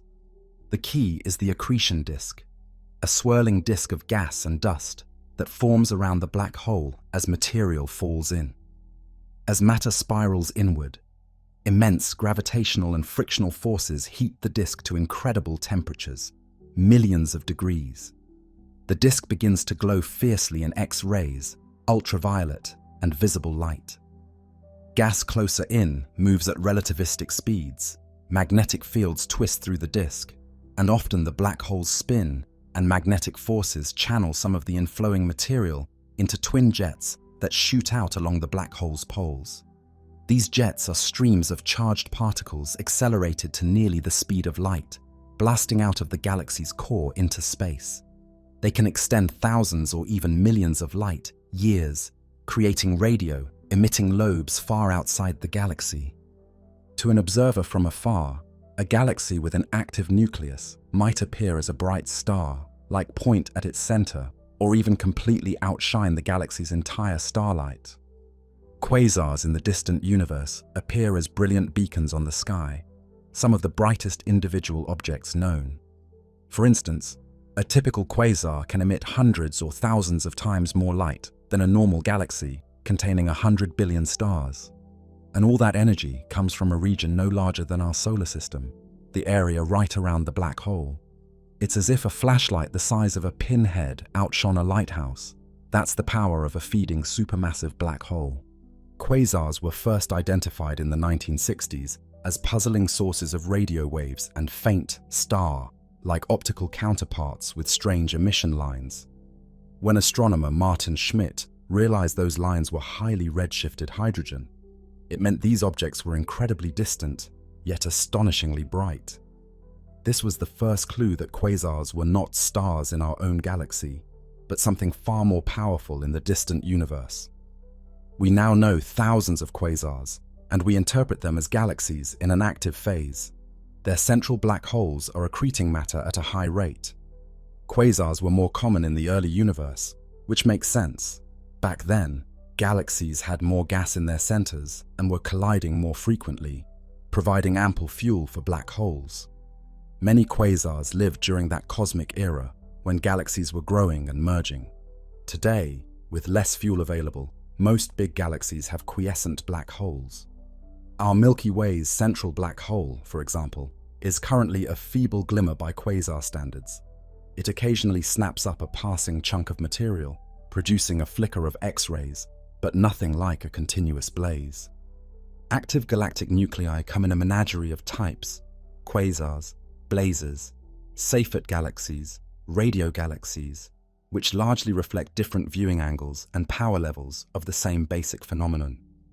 If we look directly down the barrel of a jet, we see a blazar. If the active nucleus is powerful, but we see it at an angle where the galaxy's dust obscures some light, we might categorize it as a radio galaxy or a type of Seyfert galaxy. But all these are AGNs, central engines powered by accretion onto supermassive black holes. The effects of a quasar or AGN on its host galaxy are profound. The radiation and winds from the active nucleus can blast apart or heat the gas in the galaxy's core. A vigorous quasar can effectively quench star formation in its host by blowing away or heating the cold gas. This means that a galaxy's active heart can govern its own growth, a kind of self-regulating mechanism. If too much gas piles into the center, the black hole lights up, the quasar blows out gas, and the galaxy's star, forming future, is altered. This feedback might explain why we observe the tight correlation between black hole mass and the bulge mass of galaxies. They grew in tandem, each affecting the other. Observationally, an active galaxy can look quite spectacular. Some galaxies have bright cores and jet structures visible in radio or optical images. In images from Hubble or James Webb, we sometimes see quasars with faint galactic hosts around them, or pairs of interacting galaxies where one nucleus is lit up, possibly triggered by the interaction. When we peer into the distant universe, almost every speck of light in the Hubble ultra-deep field that isn't a star in our Milky Way is a quasar shining from an era long ago. The existence of quasars tells us that galaxies and their black holes are intimately connected. A galaxy might spend a small fraction of its life as a quasar, but during that time it can have an outsized influence on its surroundings and be visible clear across the universe. In a sense, quasars are cosmic lighthouses, marking where massive black holes dine. They allow us to study galaxies in the making. As many quasars are seen in young, formative galaxies undergoing collisions or rapid growth. They also serve as backlights. We can study the gas in the space between galaxies by looking at how quasar light filters through it. Our Milky Way's black hole might one day gulp enough material to become more active, though it likely would never rival the brightest quasars from the universe's youth. Still, even a modest AGN can produce spectacular phenomena like X-ray flares or relativistic jets. The center of our galaxy shows evidence of past active episodes, gigantic bubble structures emanating from the core, perhaps from an AGN flare a few million years ago. In the grand tapestry of galactic life, quasars represent a youthful exuberance, a time when a galaxy's central engine can dominate its light output. They are a phase that many galaxies likely went through. Today, by studying both gentle galaxies and those with raging quasars, we get a complete picture of galactic evolution. We see a galaxy's quiet, star, forming suburbs, and also its volatile, energetic core when it turns on. With the phenomenon of AGN understood, we can now appreciate that a galaxy is not just a collection of stars drifting passively. It has a central heart that can beat furiously when fed. Having explored the brilliant hearts of galaxies, we now step back out to consider something smaller, yet still crucial to the galactic story: the dwarf galaxies that swarm around larger ones and fill the universe. These diminutive galaxies may be tiny, but they carry clues about how galaxies form and about the mysterious dark matter, making them far more important than their size suggests. Little brothers, dwarf galaxies and galactic satellites. Surrounding every large galaxy are smaller satellite galaxies, dwarf galaxies, the diminutive companions that populate the universe in huge numbers. Dwarf galaxies are tiny by galactic standards, perhaps only a few thousand light years across or less, containing as few as a few million stars. They come in various flavors. Some are irregular clumps with ongoing star formation. Others are diffuse spheroids of old stars. Though they may seem insignificant next to a giant spiral or elliptical, these little galaxies play an outsized role in the story of cosmic evolution. In our own cosmic neighborhood, the Milky Way has dozens of known dwarf satellites. The two most famous are the large and small Magellanic Clouds, irregular dwarf galaxies visible to the naked eye in the southern hemisphere.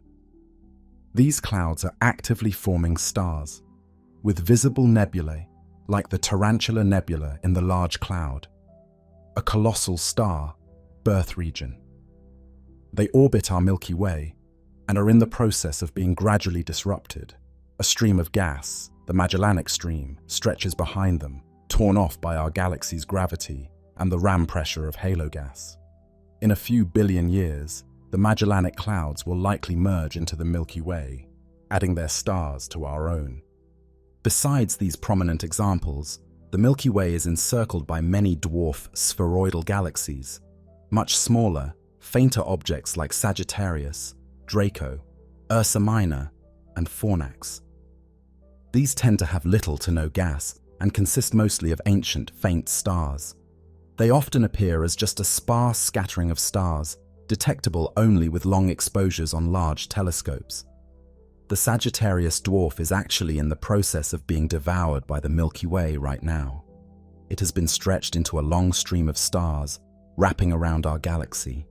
Over time, its stars will assimilate into the Milky Way's halo. Each of these tiny galaxies is like a fossil record of the early universe. Many of them formed their stars more than 10 billion years ago and haven't done much since, preserving a snapshot of conditions shortly after galaxies began to form. Dwarf galaxies are incredibly valuable to astronomers as laboratories for dark matter and galaxy formation. They are the most dark matter-dominated galaxies known. In some ultra-faint dwarf galaxies, the few thousand stars move under the influence of a dark matter halo that outweighs them by hundreds or thousands of times. One extreme case is Segway 1, a diminutive Milky Way satellite so faint it has only a few hundred stars, yet they are held together by a blob of dark matter roughly 600,000 times the Sun's mass. That means Segway 1's mass is almost entirely dark matter, with a barely detectable glimmer of starlight. Measurements of star motions in tiny galaxies like Segway 1 or Triangulum 2 suggest that these systems might have up to 1,000 times more mass in dark matter than in stars. It's as if each faint dwarf is mostly a ball of dark matter with a sprinkling of stars. This makes them excellent testbeds for dark matter theories. How does dark matter cluster on small scales? Are the number of dwarf galaxies we see consistent with predictions from cosmological models? At first, there was a missing satellite problem. Computer simulations of cosmic structure predicted that a Milky Way-sized halo should have hundreds of smaller sub-halos orbiting it, potential dwarf galaxies. Yet for a long time we had observed only a few dozen around the Milky Way. Where were the rest? In the past 2 decades, however, new ultra-faint dwarf galaxies have been discovered in droves. The count of Milky Way satellites has climbed substantially, and we now suspect many more await detection, lurking in the shadows with extremely few stars. It seems that many dark matter sub-halos did form, but most of them failed to produce many stars, likely because the cosmic reionization heated and stripped gas from the smallest protogalaxies. Star formation in those puny halos was stifled, rendering them effectively dark. The ones we do see are the slightly bigger or luckier halos that manage to form stars despite these harsh conditions. The dwarfs that do shine provide crucial checks on our cosmological models. Their distribution around the Milky Way, their orbits, and their internal properties all carry information about how our galaxy were assembled. For instance, studies find that many of the Milky Way's dwarf satellites lie in a somewhat flattened arrangement, a feature still debated and potentially telling us something about past interactions or the filamentary nature of how they were acquired. The star formation histories of dwarfs also vary. Some, like the Magellanic Clouds, still form stars today. Others, like the dwarf spheroidals, formed most of their stars early and then stopped. Environment is a factor. Dwarfs near a big galaxy often lose their gas and thus cease making new stars, while isolated dwarfs farther away can retain gas longer. Dwarf galaxies are thought to be the building blocks of larger galaxies in the hierarchical model of cosmology. Over billions of years, small protogalaxies merged to build big ones. Essentially, today's large galaxies are the result of many past dwarf galaxy collisions and mergers. In our Milky Way's halo, astronomers identify remnants of several dwarf mergers beyond just Sagittarius. These show up as stellar streams or distinct groups of stars with common origins. The globular clusters orbiting our galaxy may include some that were originally brought in by dwarfs. In Andromeda, our nearest large neighbor, the halo is even more populated with substructures and streams, evidence of a rich history of consuming smaller companions. Dwarfs also affect their parent galaxies in subtle ways. A satellite can tug on the primary galaxy via gravity. For example, the Large Magellanic Cloud is massive enough that it's pulling on our galaxy, causing both to move toward their common center of mass. Interactions between a dwarf and a large galaxy can create disturbances. The Milky Way's disk has ripples and warps, possibly induced by past encounters with satellites. And when a dwarf with fresh gas orbits a big galaxy, it can funnel gas into the big galaxy's halo, which may later rain down and fuel future star formation in the main galaxy. Thus, dwarfs can be providers of material, not just victims. They might extend the star, forming life of a big galaxy by donating gas during their infall. Because of their small size, dwarf galaxies also highlight the thresholds and extremes of galaxy formation. They exist in regimes where a single burst of star formation can exhaust their supply or blow out what's left. Some dwarfs show evidence of one ancient burst and then long quiescence. Others, in isolation, might have sporadic bursts separated by many millions of years as gas slowly pools in again. Some tiny galaxies may have been completely stunted by the ionizing glare of the first stars and quasars during reionization, never forming many stars at all.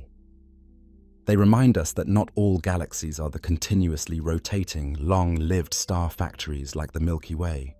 Some are stop and go, some are one and done, and everything in between.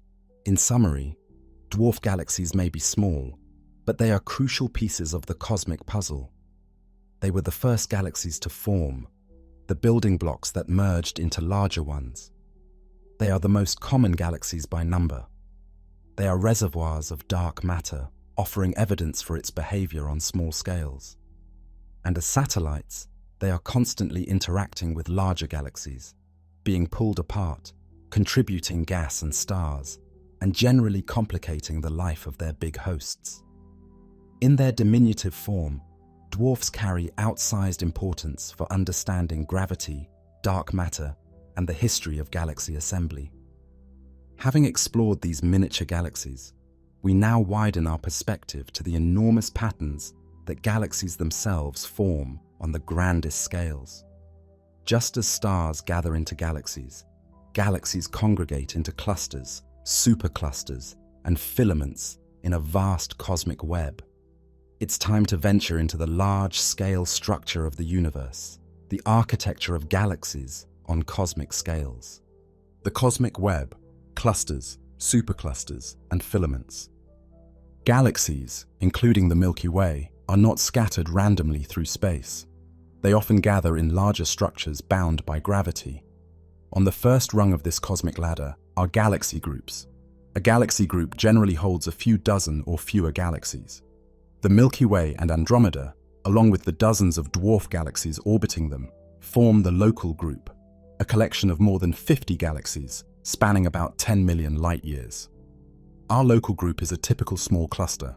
It has two dominant spirals, a third spiral, and many dwarfs. The galaxies in the local group orbit their common center of gravity and are bound together. Step up in scale, and we find galaxy clusters. These are much larger assemblies, containing anywhere from hundreds to thousands of galaxies, all bound in a single gravitational swarm. Galaxy clusters are among the most massive coherent structures in the universe. A good example is the Virgo cluster, the nearest sizable cluster, roughly 50 million light-years away in the direction of the constellation Virgo.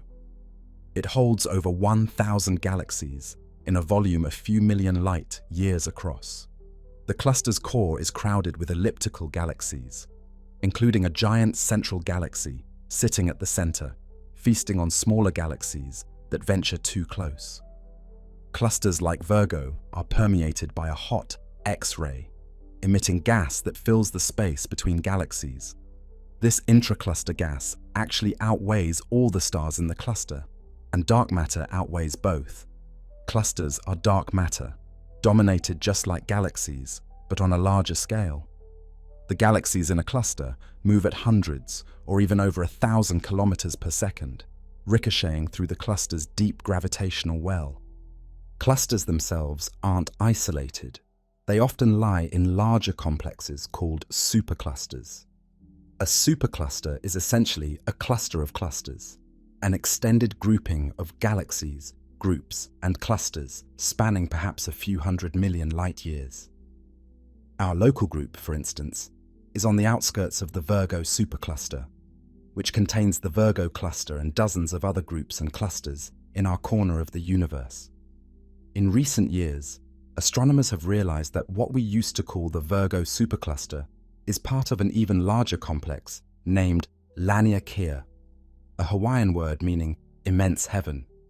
The Laniakea supercluster, as mapped by the flow of galaxies, includes the Virgo cluster, the Hydra, Centaurus supercluster, and other clusters, all linked by gravity.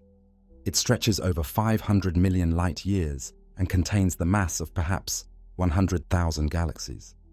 At the center of Laniakea is a gravitational focal point dubbed the Great Attractor, a region of space causing a peculiar motion of our local group and others toward it. This great attractor's pull is part of the evidence of Laniakea's extent.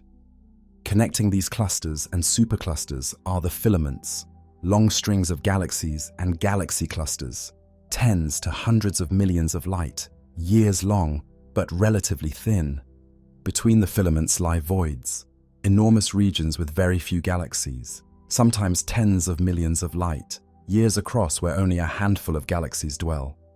One famous void, the Boötes void, is about 330 million light years in diameter and contains very little. It's been whimsically described as a spherical space with nothing in it, though in reality there are a few galaxies scattered within. The contrast between filaments and voids gives the universe a kind of foamy texture. Some filaments can join together into sheet, like structures or walls.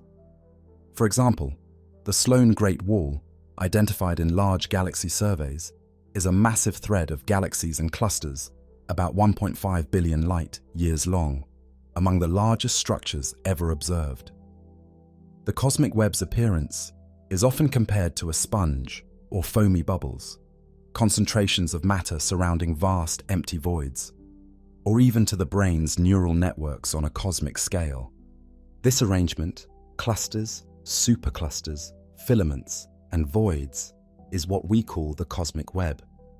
It formed from the same primordial fluctuations we discussed earlier, amplified by gravity over cosmic time. Dark matter played the key role.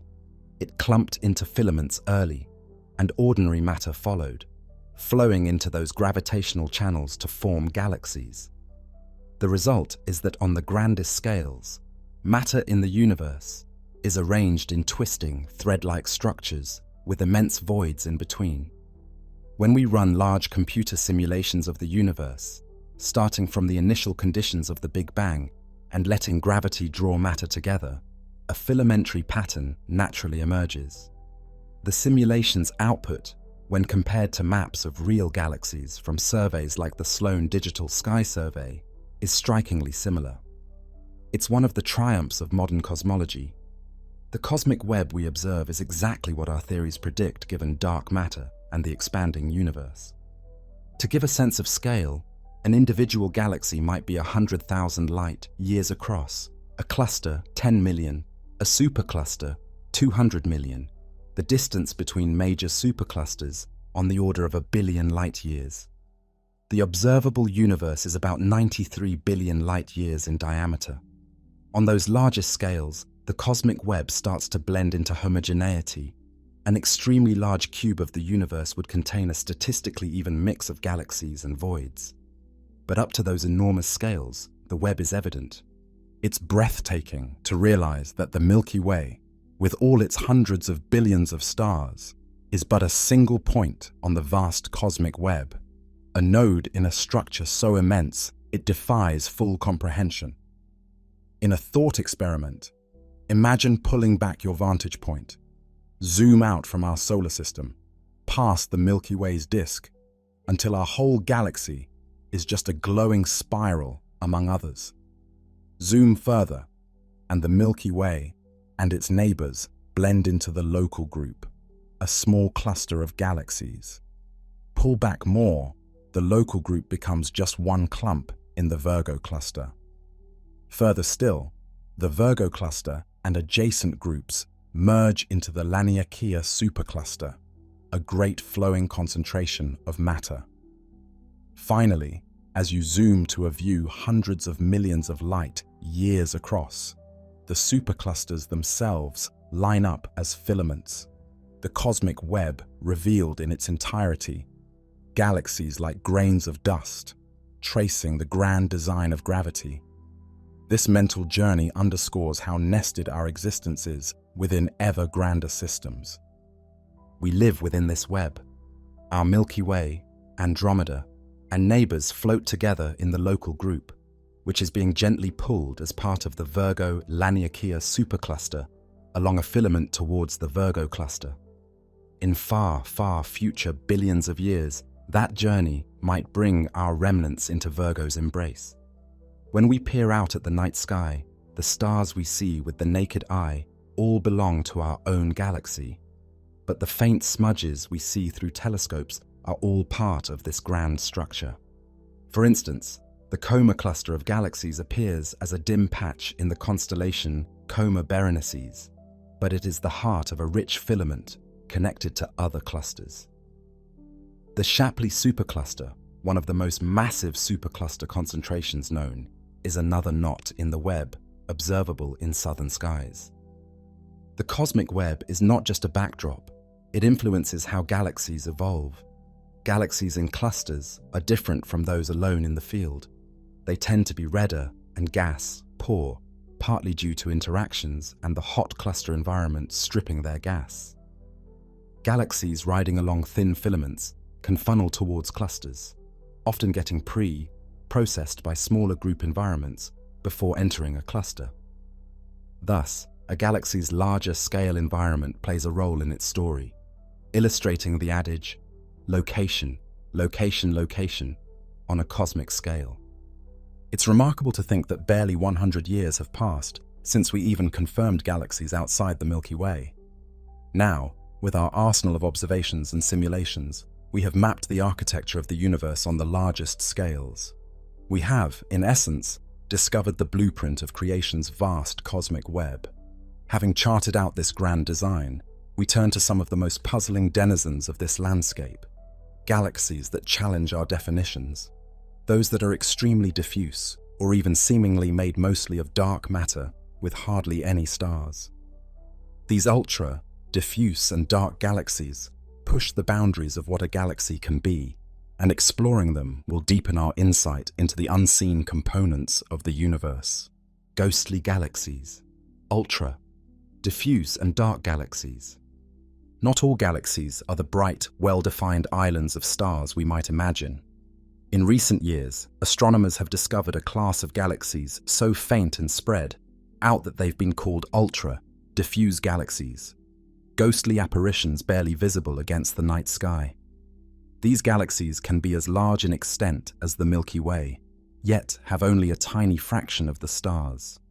Picture a galaxy with the diameter of a giant spiral, but the total luminosity of a dwarf galaxy, effectively a huge puff of stars so sparse that if you lived inside it, you might not realize you were in a galaxy at all, because the stars would be so few and far between. One example that made headlines is Dragonfly 44, a faint galaxy in the Coma cluster. When first studied, Dragonfly 44 appeared to have about the mass of the Milky Way, but only about 1% of the number of stars, implying it was 99% dark matter by mass. It was dubbed a failed galaxy, or a dark matter galaxy, as if it started forming like a normal large galaxy, but somehow failed to produce many stars. Dragonfly 44 also sports an unusually rich system of globular clusters for its luminosity, supporting the idea that it once had the potential to be a big, star-filled galaxy, but didn't follow through. This and other UDGs beg the question, how do you get a galaxy that big with so few stars? There are several ideas. One is that these UDGs formed in high-spin halos. The gas was spread out over a larger area and thus never condensed into the dense concentrations needed for prolific star formation, resulting in an oversized but dim galaxy. Another idea is tidal heating. Perhaps they were once normal galaxies that got puffed up by gravitational tides in a cluster environment, stretching them out and thinning their star distribution. Some might be failed giant galaxies. Their dark matter halo and initial gas were like that of a large galaxy, but something prevented normal star formation. What remained is a dim shadow of a galaxy, mostly dark matter, holding a thin sprinkling of stars. On the other extreme of the spectrum are reports of galaxies that seem to have very little dark matter at all. In 2018, astronomers announced the discovery of a galaxy named NGC 1052, DF2, that defied expectations. This diffuse galaxy, about the size of a dwarf, appeared to have so few stars that one would expect it to be dominated by dark matter, yet the velocities of those stars were so low that they implied the galaxy's mass was nearly all accounted for by the visible stars. In other words, it seemed to lack the unseen mass that every other galaxy its size needed. A year later, a second galaxy in the same group, DF4, was found with similarly anomalous properties. These no-dark matter galaxies caused a flurry of both excitement and skepticism. If true, they would be the first galaxies discovered that contradict the rule that galaxies form within dark matter halos. Could it be that dark matter can be stripped entirely from a galaxy, leaving behind a wraith of stars? Or might there be an alternative explanation? One possibility is that these galaxies did form in normal dark matter halos, but later experienced a gravitational interaction that sheared away most of their dark matter. For example, if DF2 and DF4 passed very close to a much larger galaxy, the tidal forces could have pulled out a large fraction of their dark matter and outer stars, leaving behind an inner core of stars with little surrounding halo. Another clue, DF2 and DF4 both have unusual populations of globular clusters, fewer in number, but unusually luminous for the galaxy's size. This might hint that something about their formation was atypical. Some later studies argued the distance to these galaxies might have been overestimated initially. If they are a bit closer than first thought, then they have fewer stars, and the original no dark matter conclusion may soften. The jury is still out, but most scientists suspect these galaxies aren't truly dark, matter-free, but rather odd products of interactions. Important nonetheless, because they show how far interactions can go in reshaping a galaxy. When we say dark galaxies, we could also mean the purely hypothetical objects made almost entirely of dark matter, with virtually no stars at all. Our cosmological models predict that there should be many small dark matter halos that failed to form stars. These would be completely invisible to us, except through gravitational effects. Detecting one directly is extremely challenging. How do you see an object that emits no light? One strategy is via 21 pound-centimeter radio surveys of hydrogen gas. Astronomers have searched for isolated clouds of hydrogen, with motions indicating they are held together by some mass, yet with no visible stars, essentially a dark galaxy candidate. A few candidates have been reported. One famous one, discovered in the Virgo cluster, was a large cloud of hydrogen that some thought might be a dark galaxy. However, skepticism remains, as it's hard to distinguish a truly dark galaxy from tidal debris. So far, no incontrovertible 100% dark galaxy has been confirmed. But the hunt itself is telling. If we found even one, it would confirm that starless galaxies can exist and would be a direct piece of evidence for the prevalence of dark matter halos without baryons. What do these ghostly galaxies tell us? For one, they underscore the complex interplay of matter in galaxies. We have galaxies like ultra, diffuse ones that are heavily dominated by dark matter, and perhaps others that are so dominated by normal matter that they barely show dark matter's presence. This diversity challenges our understanding of galaxy formation. Our theories have to accommodate both ends of this spectrum. They also serve as natural experiments. For example, a galaxy lacking dark matter would be a huge test for alternative theories of gravity, which predict you can't have one without the other. Conversely, galaxies with extreme dark matter dominance test our models of star formation efficiency. Why did they form so few stars relative to their dark mass? Ultra, diffuse galaxies also likely hint at the role of environment. The fact that many UDGs are found in clusters suggests that environment, e.g. interactions with other galaxies or the cluster's tidal field, might be responsible for their puffed-up nature. They might be the blown-out remains of formerly normal galaxies that got their gas removed early and their structures distended. In less dense environments, such fragile, puffy galaxies might not survive. The cluster both creates them and, ironically, helps preserve them by confining them in its gravitational embrace. As we continue exploring these extreme galaxies, we sharpen our understanding of the thresholds of galaxy formation. We learn what it takes for a dark matter halo to actually light up with stars, and what circumstances can prevent it. We see how galaxies can be stripped to the bone by interactions, and how nature can produce objects that challenge the very definition of a galaxy. After all, a galaxy has traditionally been defined as a gravitationally bound collection of stars. But what do we call a gravitationally bound collection of mostly dark matter and almost no stars? Or conversely, a tenuous collection of stars that seems to have shed its dark matter? These edge cases blur the lines, forcing us to refine our definitions. The mysteries of ultra, diffuse and dark galaxies remind us that there is still much to learn about the invisible scaffolding of the cosmos. With new telescopes and surveys, we are now better equipped to find more of these phantom galaxies and unravel their stories.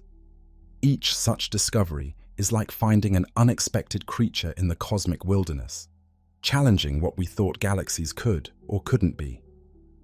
After exploring the extremes of galactic forms, from the magnificent to the barely, we return now to the grand perspective of the universe. We've spoken of countless galaxies, but how many can we actually see? How far does our vision reach? Next, we'll discuss the observable universe, how deep our telescopes peer into the cosmic past, how many galaxies likely populate our universe, and what lies at the edge of our sight. The observable universe, counting galaxies, and reaching back in time. Our journey through the cosmos has taken us from our own Milky Way to the farthest reaches of galactic existence. One naturally wonders, how many galaxies are there? And how far can we see into the depths of space and time? The truth is both humbling and exhilarating. When the Hubble Space Telescope pointed its lens at what seemed to be an empty patch of sky in 1995 for 10 days, the resulting image, the Hubble Deep Field, revealed thousands of galaxies of all shapes and colors packed into that tiny speck of sky. This was followed by the Hubble Ultra Deep Field in 2004, an even longer exposure that unveiled nearly 10,000 galaxies in an area of the sky only a fraction of the Moon's apparent size. Every swirl, blob, and smear in those deep images was an entire galaxy, some as they were over 13 billion years ago. Extrapolating these results to the whole sky suggested that the observable universe contains on the order of hundreds of billions of galaxies. For a long time, a common estimate was around 200 billion galaxies in the observable universe. But even that might be an underestimate. In 2016, using data from new surveys and some clever modeling, astronomers proposed that there could be as many as 1-2 trillion galaxies in the observable universe. Many of those would be very small, faint galaxies, the kind that current telescopes can't easily see, especially those that existed in the early epochs of the universe. It's sobering to realize that every time you look at a clear night sky, the few thousand stars you see belong to our Milky Way. Yet overhead, invisible to our eyes, are billions upon billions of other galaxies, each with its own stars, planets, and perhaps life, scattered across the universe. The phrase observable universe is key. It refers to the portion of the universe from which light has had time to reach us since the Big Bang. Because the universe is about 13.8 billion years old, and space has been expanding, the current radius of the observable universe is about 46 billion light years. That encompasses an immense volume. Think of a sphere centered on Earth that includes all galaxies, whose light has traveled 13.8 billion years or less to get here. Galaxies beyond that horizon are simply too far for their light to have ever reached Earth in the age of the universe. They may exist, but we cannot see them, and they cannot see us. How far have we seen? With the Hubble Space Telescope, we detected galaxies at around 13.3 billion years look back time. One example was a galaxy nicknamed GN-Z11, observed in Hubble's deep surveys at a redshift of about 11. That was a record for some years. Now, thanks to the James Webb Space Telescope, we've pushed the frontier even closer to the dawn of galaxies. In 2022-2023, JWST identified galaxies with tentative redshifts of 13, 14, even up to around 16, if confirmed. Those correspond to times just 250-300 million years after the Big Bang. We are likely seeing the flicker of some of the first generations of galaxies that formed in the universe. These farthest galaxies are tiny and primordial, looking often irregular agglomerations of stars, blazing with the light of massive newborn stars, but relatively low in mass. They lack the heavier elements that subsequent generations of stars would build up. Observing them is like peering back in time to watch the universe's infancy, the cosmic dawn, when the first galaxies and quasars burst into light and began reionizing the fog of hydrogen that filled space after the Big Bang. Each new leap in telescope power effectively extends our time machine further. JWST is now letting us study in detail the era when the very first galaxies took shape. So, how many of those galaxies can we actually see? In practice, even with our best telescopes, we cannot see all the hundreds of billions of galaxies out there. Many are too faint or too redshifted. But we can see an astonishing variety. From the grand spirals a few million light years away, to ancient red ellipticals in distant clusters billions of light years away, to tiny blue specks that are infant galaxies in the early universe. As telescopes improve, our observable catalogue of galaxies grows. The upcoming Vera C. Rubin Observatory will map billions of galaxies across the sky, though mostly relatively nearer ones. Space telescopes like JWST and the planned Nancy Grace Roman Space Telescope will focus on finding and analyzing the faint distant ones. What does this reveal about the universe's timeline? By surveying galaxies at different distances, we can trace the evolution of galaxies over cosmic time. We see that in the early universe, galaxies were generally smaller, more irregular, and forming stars at a furious rate. Many were clumping together and merging. As time went on, small galaxies combined into larger ones, star formation peaked, and then gradually declined. Galaxies in the more recent universe often appear larger, more mature, with well-defined structures like spiral disks or big diffuse ellipticals, and many have slowed their star formation. By looking as far back as JWST allows, we're trying to witness the moment when the very first stars and galaxies ended the cosmic dark ages. We also glean the universe's timeline from the most distant light of all, the cosmic microwave background.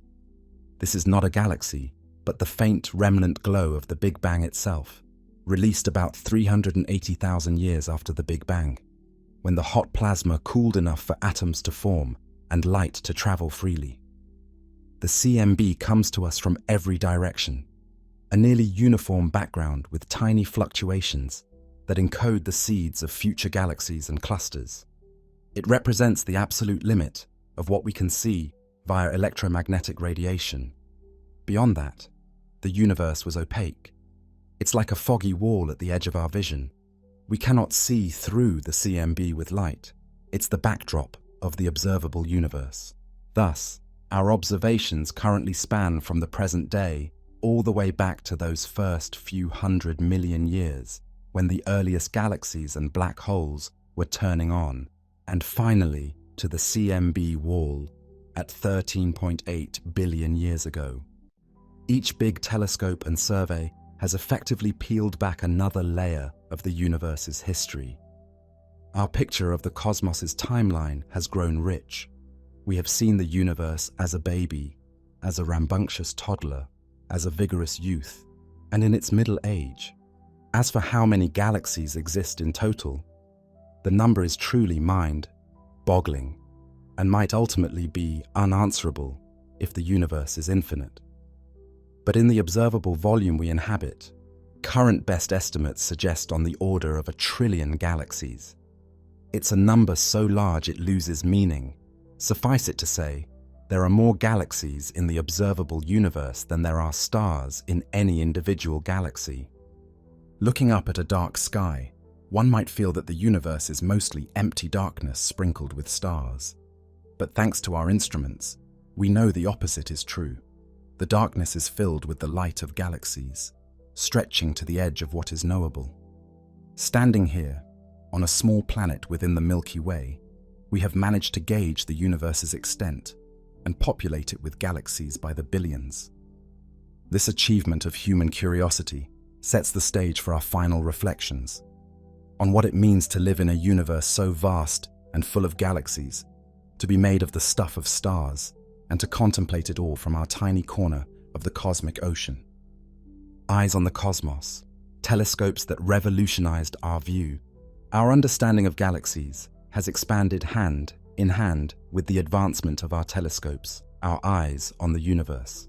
Even before the space age, giant ground-based telescopes pushed our galactic knowledge. The 100-inch Hooker telescope on Mount Wilson in the 1920s allowed Edwin Hubble to measure galaxies' distances and the expansion of the universe. The 200-inch Hale telescope at Palomar was the world's largest for decades. It revealed exquisite details in galaxies and allowed astronomers in 1963 to identify the first quasar, realizing it was an unbelievably distant powerhouse. Each leap in technology has brought a leap in knowledge. In particular, a few key instruments and missions have transformed our view of galaxies in ways earlier astronomers could only dream of. The Hubble Space Telescope, launched in 1990, has been often called one of the most productive scientific instruments ever built. Above the blurring effect of Earth's atmosphere, Hubble has provided crystal, clear images of galaxies near and far. It showed us spiral galaxies in unprecedented detail, glittering arms and delicate dust lanes, and peered into the cores of ellipticals to find evidence of central black holes. Hubble's most famous contribution might be its deep field observations. By staring at empty patches of sky for days, HST captured the Hubble Deep Field and Ultra Deep Field, revealing a rich backdrop of galaxies stretching to the horizon of the universe. These images fundamentally changed our perception. Every tiny patch of sky, if you look long enough, is teeming with galaxies. Hubble also provided distance measurements via Cepheid variables and supernovae that helped nail down the scale of the universe and the rate of its expansion. Its crisp images of galaxy collisions, gravitational lensing arcs, and proto-galactic fragments have filled textbooks and our collective imagination. If Hubble opened a clear window in visible light, the James Webb Space Telescope, launched at the end of 2021, has opened a new window into the infrared universe. Galaxies emit light across the spectrum, and by looking in the infrared JWST, can see through dust clouds that obscure stellar nurseries and detect the faint glow of extremely distant galaxies whose light has been stretched into the infrared by the expanding universe. In its first years of operation, JWST has already identified some of the earliest galaxies ever observed, spotted rich organic chemistry in galaxy gas clouds, and produced stunningly detailed images of galaxies like never before. JWST's ultra-sensitive infrared vision is giving us a direct look at the cosmic dawn, complementing Hubble's view of the later universe. Together, Hubble and Webb act like time machines, Hubble mapping the middle epochs and Webb pushing toward the beginning. Beyond these two famous space telescopes, there have been and are many other missions that significantly advanced galactic astronomy. Radio telescopes. In the mid-20th century, radio dishes like those at Jodrell Bank and later the Very Large Array in New Mexico started mapping radio emission from galaxies. They discovered jets and lobes emanating from active galactic nuclei. Radio surveys found quasars before we knew what they were. Bright radio sources with star-like optical counterparts that turned out to be distant AGNs. Today, radio telescopes like ALMA can detect the cold molecular gas in galaxies billions of light years away, revealing where future stars will form and how galaxies acquire fuel.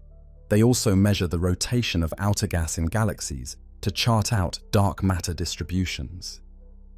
Interferometric radio images of colliding galaxy clusters have even detected the shock waves of cluster mergers and the halo radio glow from cosmic ray electrons in cluster-scale magnetic fields.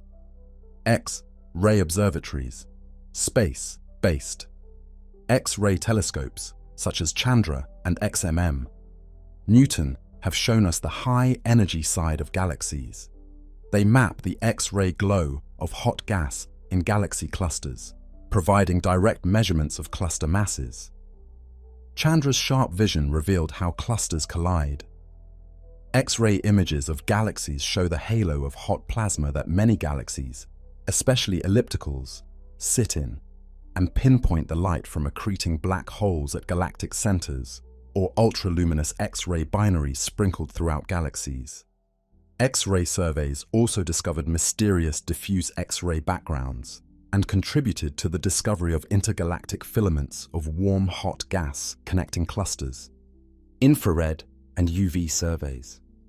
Before JWST, we had Spitzer, which, though smaller, detected countless dusty star-forming galaxies and helped uncover ultra-luminous infrared galaxies.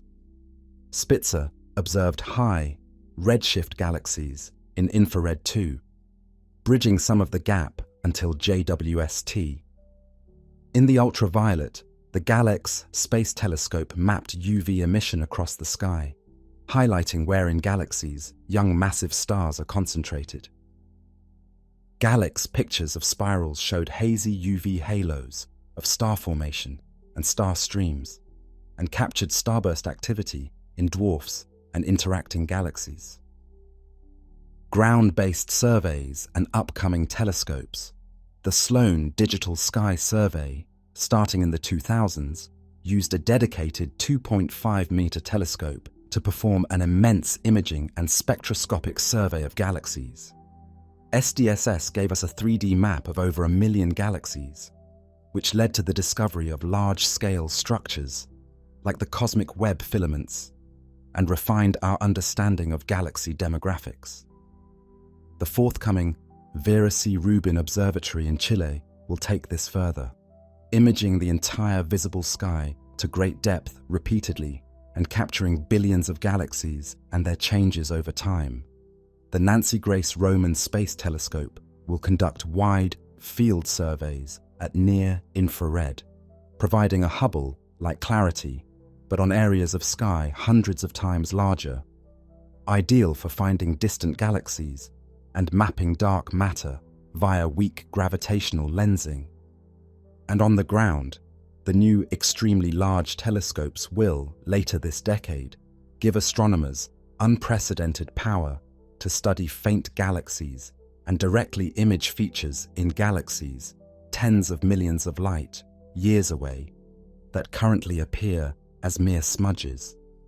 They'll also dissect the light of very distant galaxies into spectra to determine their compositions and internal motions in detail, complementing Webb's work with brute force light, gathering, and sharp resolution. Each of these tools, whether in space or on the ground, has peeled back a layer of the cosmic onion, bringing galaxies into better focus. Our toolkit now spans the full electromagnetic spectrum: radio, microwave, infrared, optical, ultraviolet, X-rays, and gamma rays. By combining all these views, we get a holistic picture of galaxies that was impossible a century ago. It's remarkable to think that barely a lifetime ago, we didn't even know other galaxies existed. Now, with our Hubbles and Webbs and myriad other instruments, we routinely catalogue galaxies, billions of light, years distant, capture images of their shapes, break their light into spectra to gauge their compositions and star formation rates, and even watch as they collide or as their cores light up as quasars. Missions like Hubble and Webb stand as milestones in this ongoing journey, each bringing the universe's galaxies closer to us. As we consider these powerful tools and the discoveries they have enabled, we prepare to leave the domain of scientific observation and enter a more introspective realm. With the data gathered by these instruments, we can now reflect on what it means to live inside a galaxy, to be made of stars, and to find our place in cosmic time. In the final section, we'll step back from the technical and immerse ourselves in the philosophical and existential implications of knowing that we are part of a universe filled with galaxies. Reflections. Our place among the galaxies. On a warm, clear night, if you find yourself far from city lights, you can see the Milky Way arching overhead, a milky band of light splashed across the sky. That soft glow is the combined shine of billions of distant stars in our home galaxy, seen from within. We live inside a galaxy embedded about 26,000 light years from the Milky Way's center, orbiting with our sun and planets among the spiral arms. For most of human history, we didn't know that we were inside a galaxy, or even what a galaxy was. Now, in the light of all we've learned, think about what that means. It means that when you gaze up at the Milky Way, you are seeing the structure of our galaxy from the inside, the disk of stars and nebulae in which our sun is just one modest member. It means that our sun is one of perhaps 400 billion stars in the Milky Way, and our Milky Way is one of perhaps 1 trillion galaxies in the observable universe. Our Earth is a tiny world circling a garden, variety star, in the outskirts of one galaxy, among uncountable others. This realization can make one feel incredibly small. The scales are almost too vast to hold in the mind. The distance to even the nearest major galaxy, Andromeda, is 2.5 million light years, so far that the light hitting your eye tonight from Andromeda left that galaxy when early human ancestors were just beginning to make stone tools. And yet, consider the flip side. Though we are tiny, we are also a part of this grand universe. We are made of it. The iron in your blood, the calcium in your bones, the oxygen you breathe, those atoms were forged long ago in stars, likely in the Milky Way, during stellar alchemy and violent supernova explosions. We are made of stuff, the products of galactic recycling.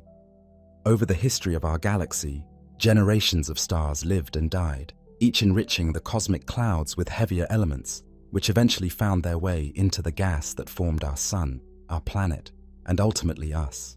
In a very literal sense, the galaxy is in our bodies. We are the universe, in a small way, contemplating itself. As one philosopher, scientist mused, we are a way for the universe to know itself. Atoms with curiosity, as someone once said. From our vantage point on Earth, we've managed to decipher the Milky Way's structure, learn the history of galaxies, and even map the large-scale cosmic web. Feats of understanding accomplished by a clever species of primate using telescopes and mathematics. It's astonishing. The universe became aware of itself through us. We, tiny and fragile, can mentally span billions of light, years and billions of years, reconstructing events and structures we will never physically touch. When we look at a picture of a distant galaxy, we're seeing a piece of the universe's autobiography, a chapter from a time and place utterly remote, yet connected to us through the simple act of a photon of light traveling across space and landing in a telescope mirror. To live inside a galaxy is to be both extremely insignificant and extremely special. Insignificant because the galaxy does not notice us. The Milky Way would be essentially unchanged if our solar system vanished tomorrow. We occupy no central role. The universe is not arranged with us in mind. But special because despite that, we have the unique gift of consciousness to appreciate the cosmos. The stars in the Milky Way burn on obliviously, yet here on a rocky planet around one star, the atoms assembled into beings that can admire the beauty of a spiral galaxy, that can feel awe at the sight of the Milky Way's shimmering band, that can wonder about the possibility of other minds in those other galaxies doing the same. We have, in a sense, imbued the galaxy with meaning simply by being here to observe it. Galactic timescales stretch far beyond human lifetimes. Our solar system orbits the galaxy every 230 million years, making one galactic year. A human life is a mere instant by that clock. In fact, when dinosaurs roamed the Earth, it was roughly one galactic year ago. In one sense, that might make our lives feel vanishingly short, but it also means that life on Earth is tied into the dynamic life of galaxies. Civilizations might rise and fall while galaxies perform their slow gravitational dance. Perhaps in some distant future, beings will witness the night sky dramatically change as the Milky Way merges with Andromeda. None of us will see that, but knowing it will happen connects us to the far future and to the long narrative of our galaxy. When confronting these immensities, it's natural to ask, what do galaxies mean for us? They can make our everyday concerns feel small, the petty squabbles, the borders we draw on our tiny planet. Viewed against the cosmic backdrop, such things seem trivial. Many astronauts, after seeing Earth from space against the void, report a profound overview effect, a shift in perspective, recognizing the unity and fragility of life on our pale blue dot. A similar effect comes from the cosmic perspective, recognizing that all humanity shares one tiny home galaxy, that we have far more in common with each other than any difference, and that our true tribe is as large as the Earth, perhaps even as large as the Milky Way. We are all voyagers together through the galaxy. There is also a deep comfort and inspiration in this perspective. The atoms that make us have endured across billions of years and multiple galaxies' journeys. They will persist long after we are gone, possibly incorporated into new living beings or new worlds when our sun's time is over. We are part of something continuous and far bigger than ourselves. The light we make, radio waves carrying our broadcasts, for instance, is even now leaving the Milky Way and traveling into intergalactic space. In that sense, a piece of us will touch other galaxies, albeit faintly. Knowing about galaxies also invites a profound humility. We inhabit a universe where the dramatic and the sublime are commonplace. Galaxies crash together, black holes light up as quasars, stars are born and die in colorful nebulae, entire clusters of galaxies dance in gravity's grip. Against such a backdrop, the significance we assign to our own achievements or struggles finds a healthy perspective.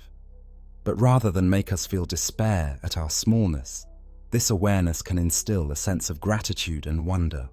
Out of all the possibilities, we have the privilege to witness and understand a slice of the universe's story. Finally, consider that for most of history, the galaxies were unknown to us. Only in the last century have we recognized what the spiral nebulae truly are.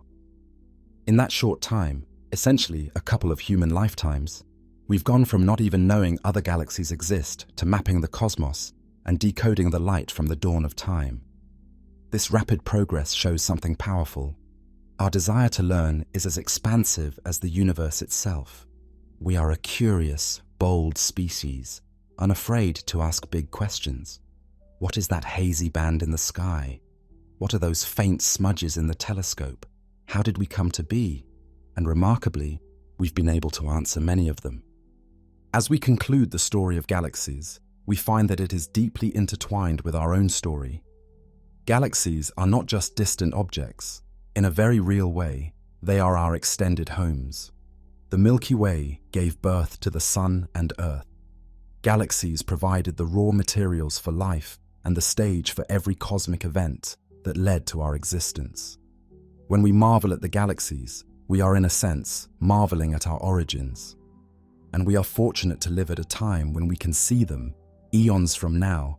The expansion of the universe will carry many galaxies beyond our observable reach, potentially leaving future civilizations more isolated. We, however, inhabit a cosmic epoch rich with galaxies to observe and learn from. So, the next time you find yourself under a truly dark sky, allow yourself a moment of communion with the Milky Way. Think of the myriad stars you see and know that you are connected to them, that you are made of their fire, that your existence is tied to their past. Think of the countless galaxies beyond, each with its own wonders and perhaps its own watchers. Feel the swell of awe that comes from realizing you are part of a cosmos so vast and magnificent. In that feeling lies something profoundly human and profoundly beautiful, a sense of belonging to the universe itself.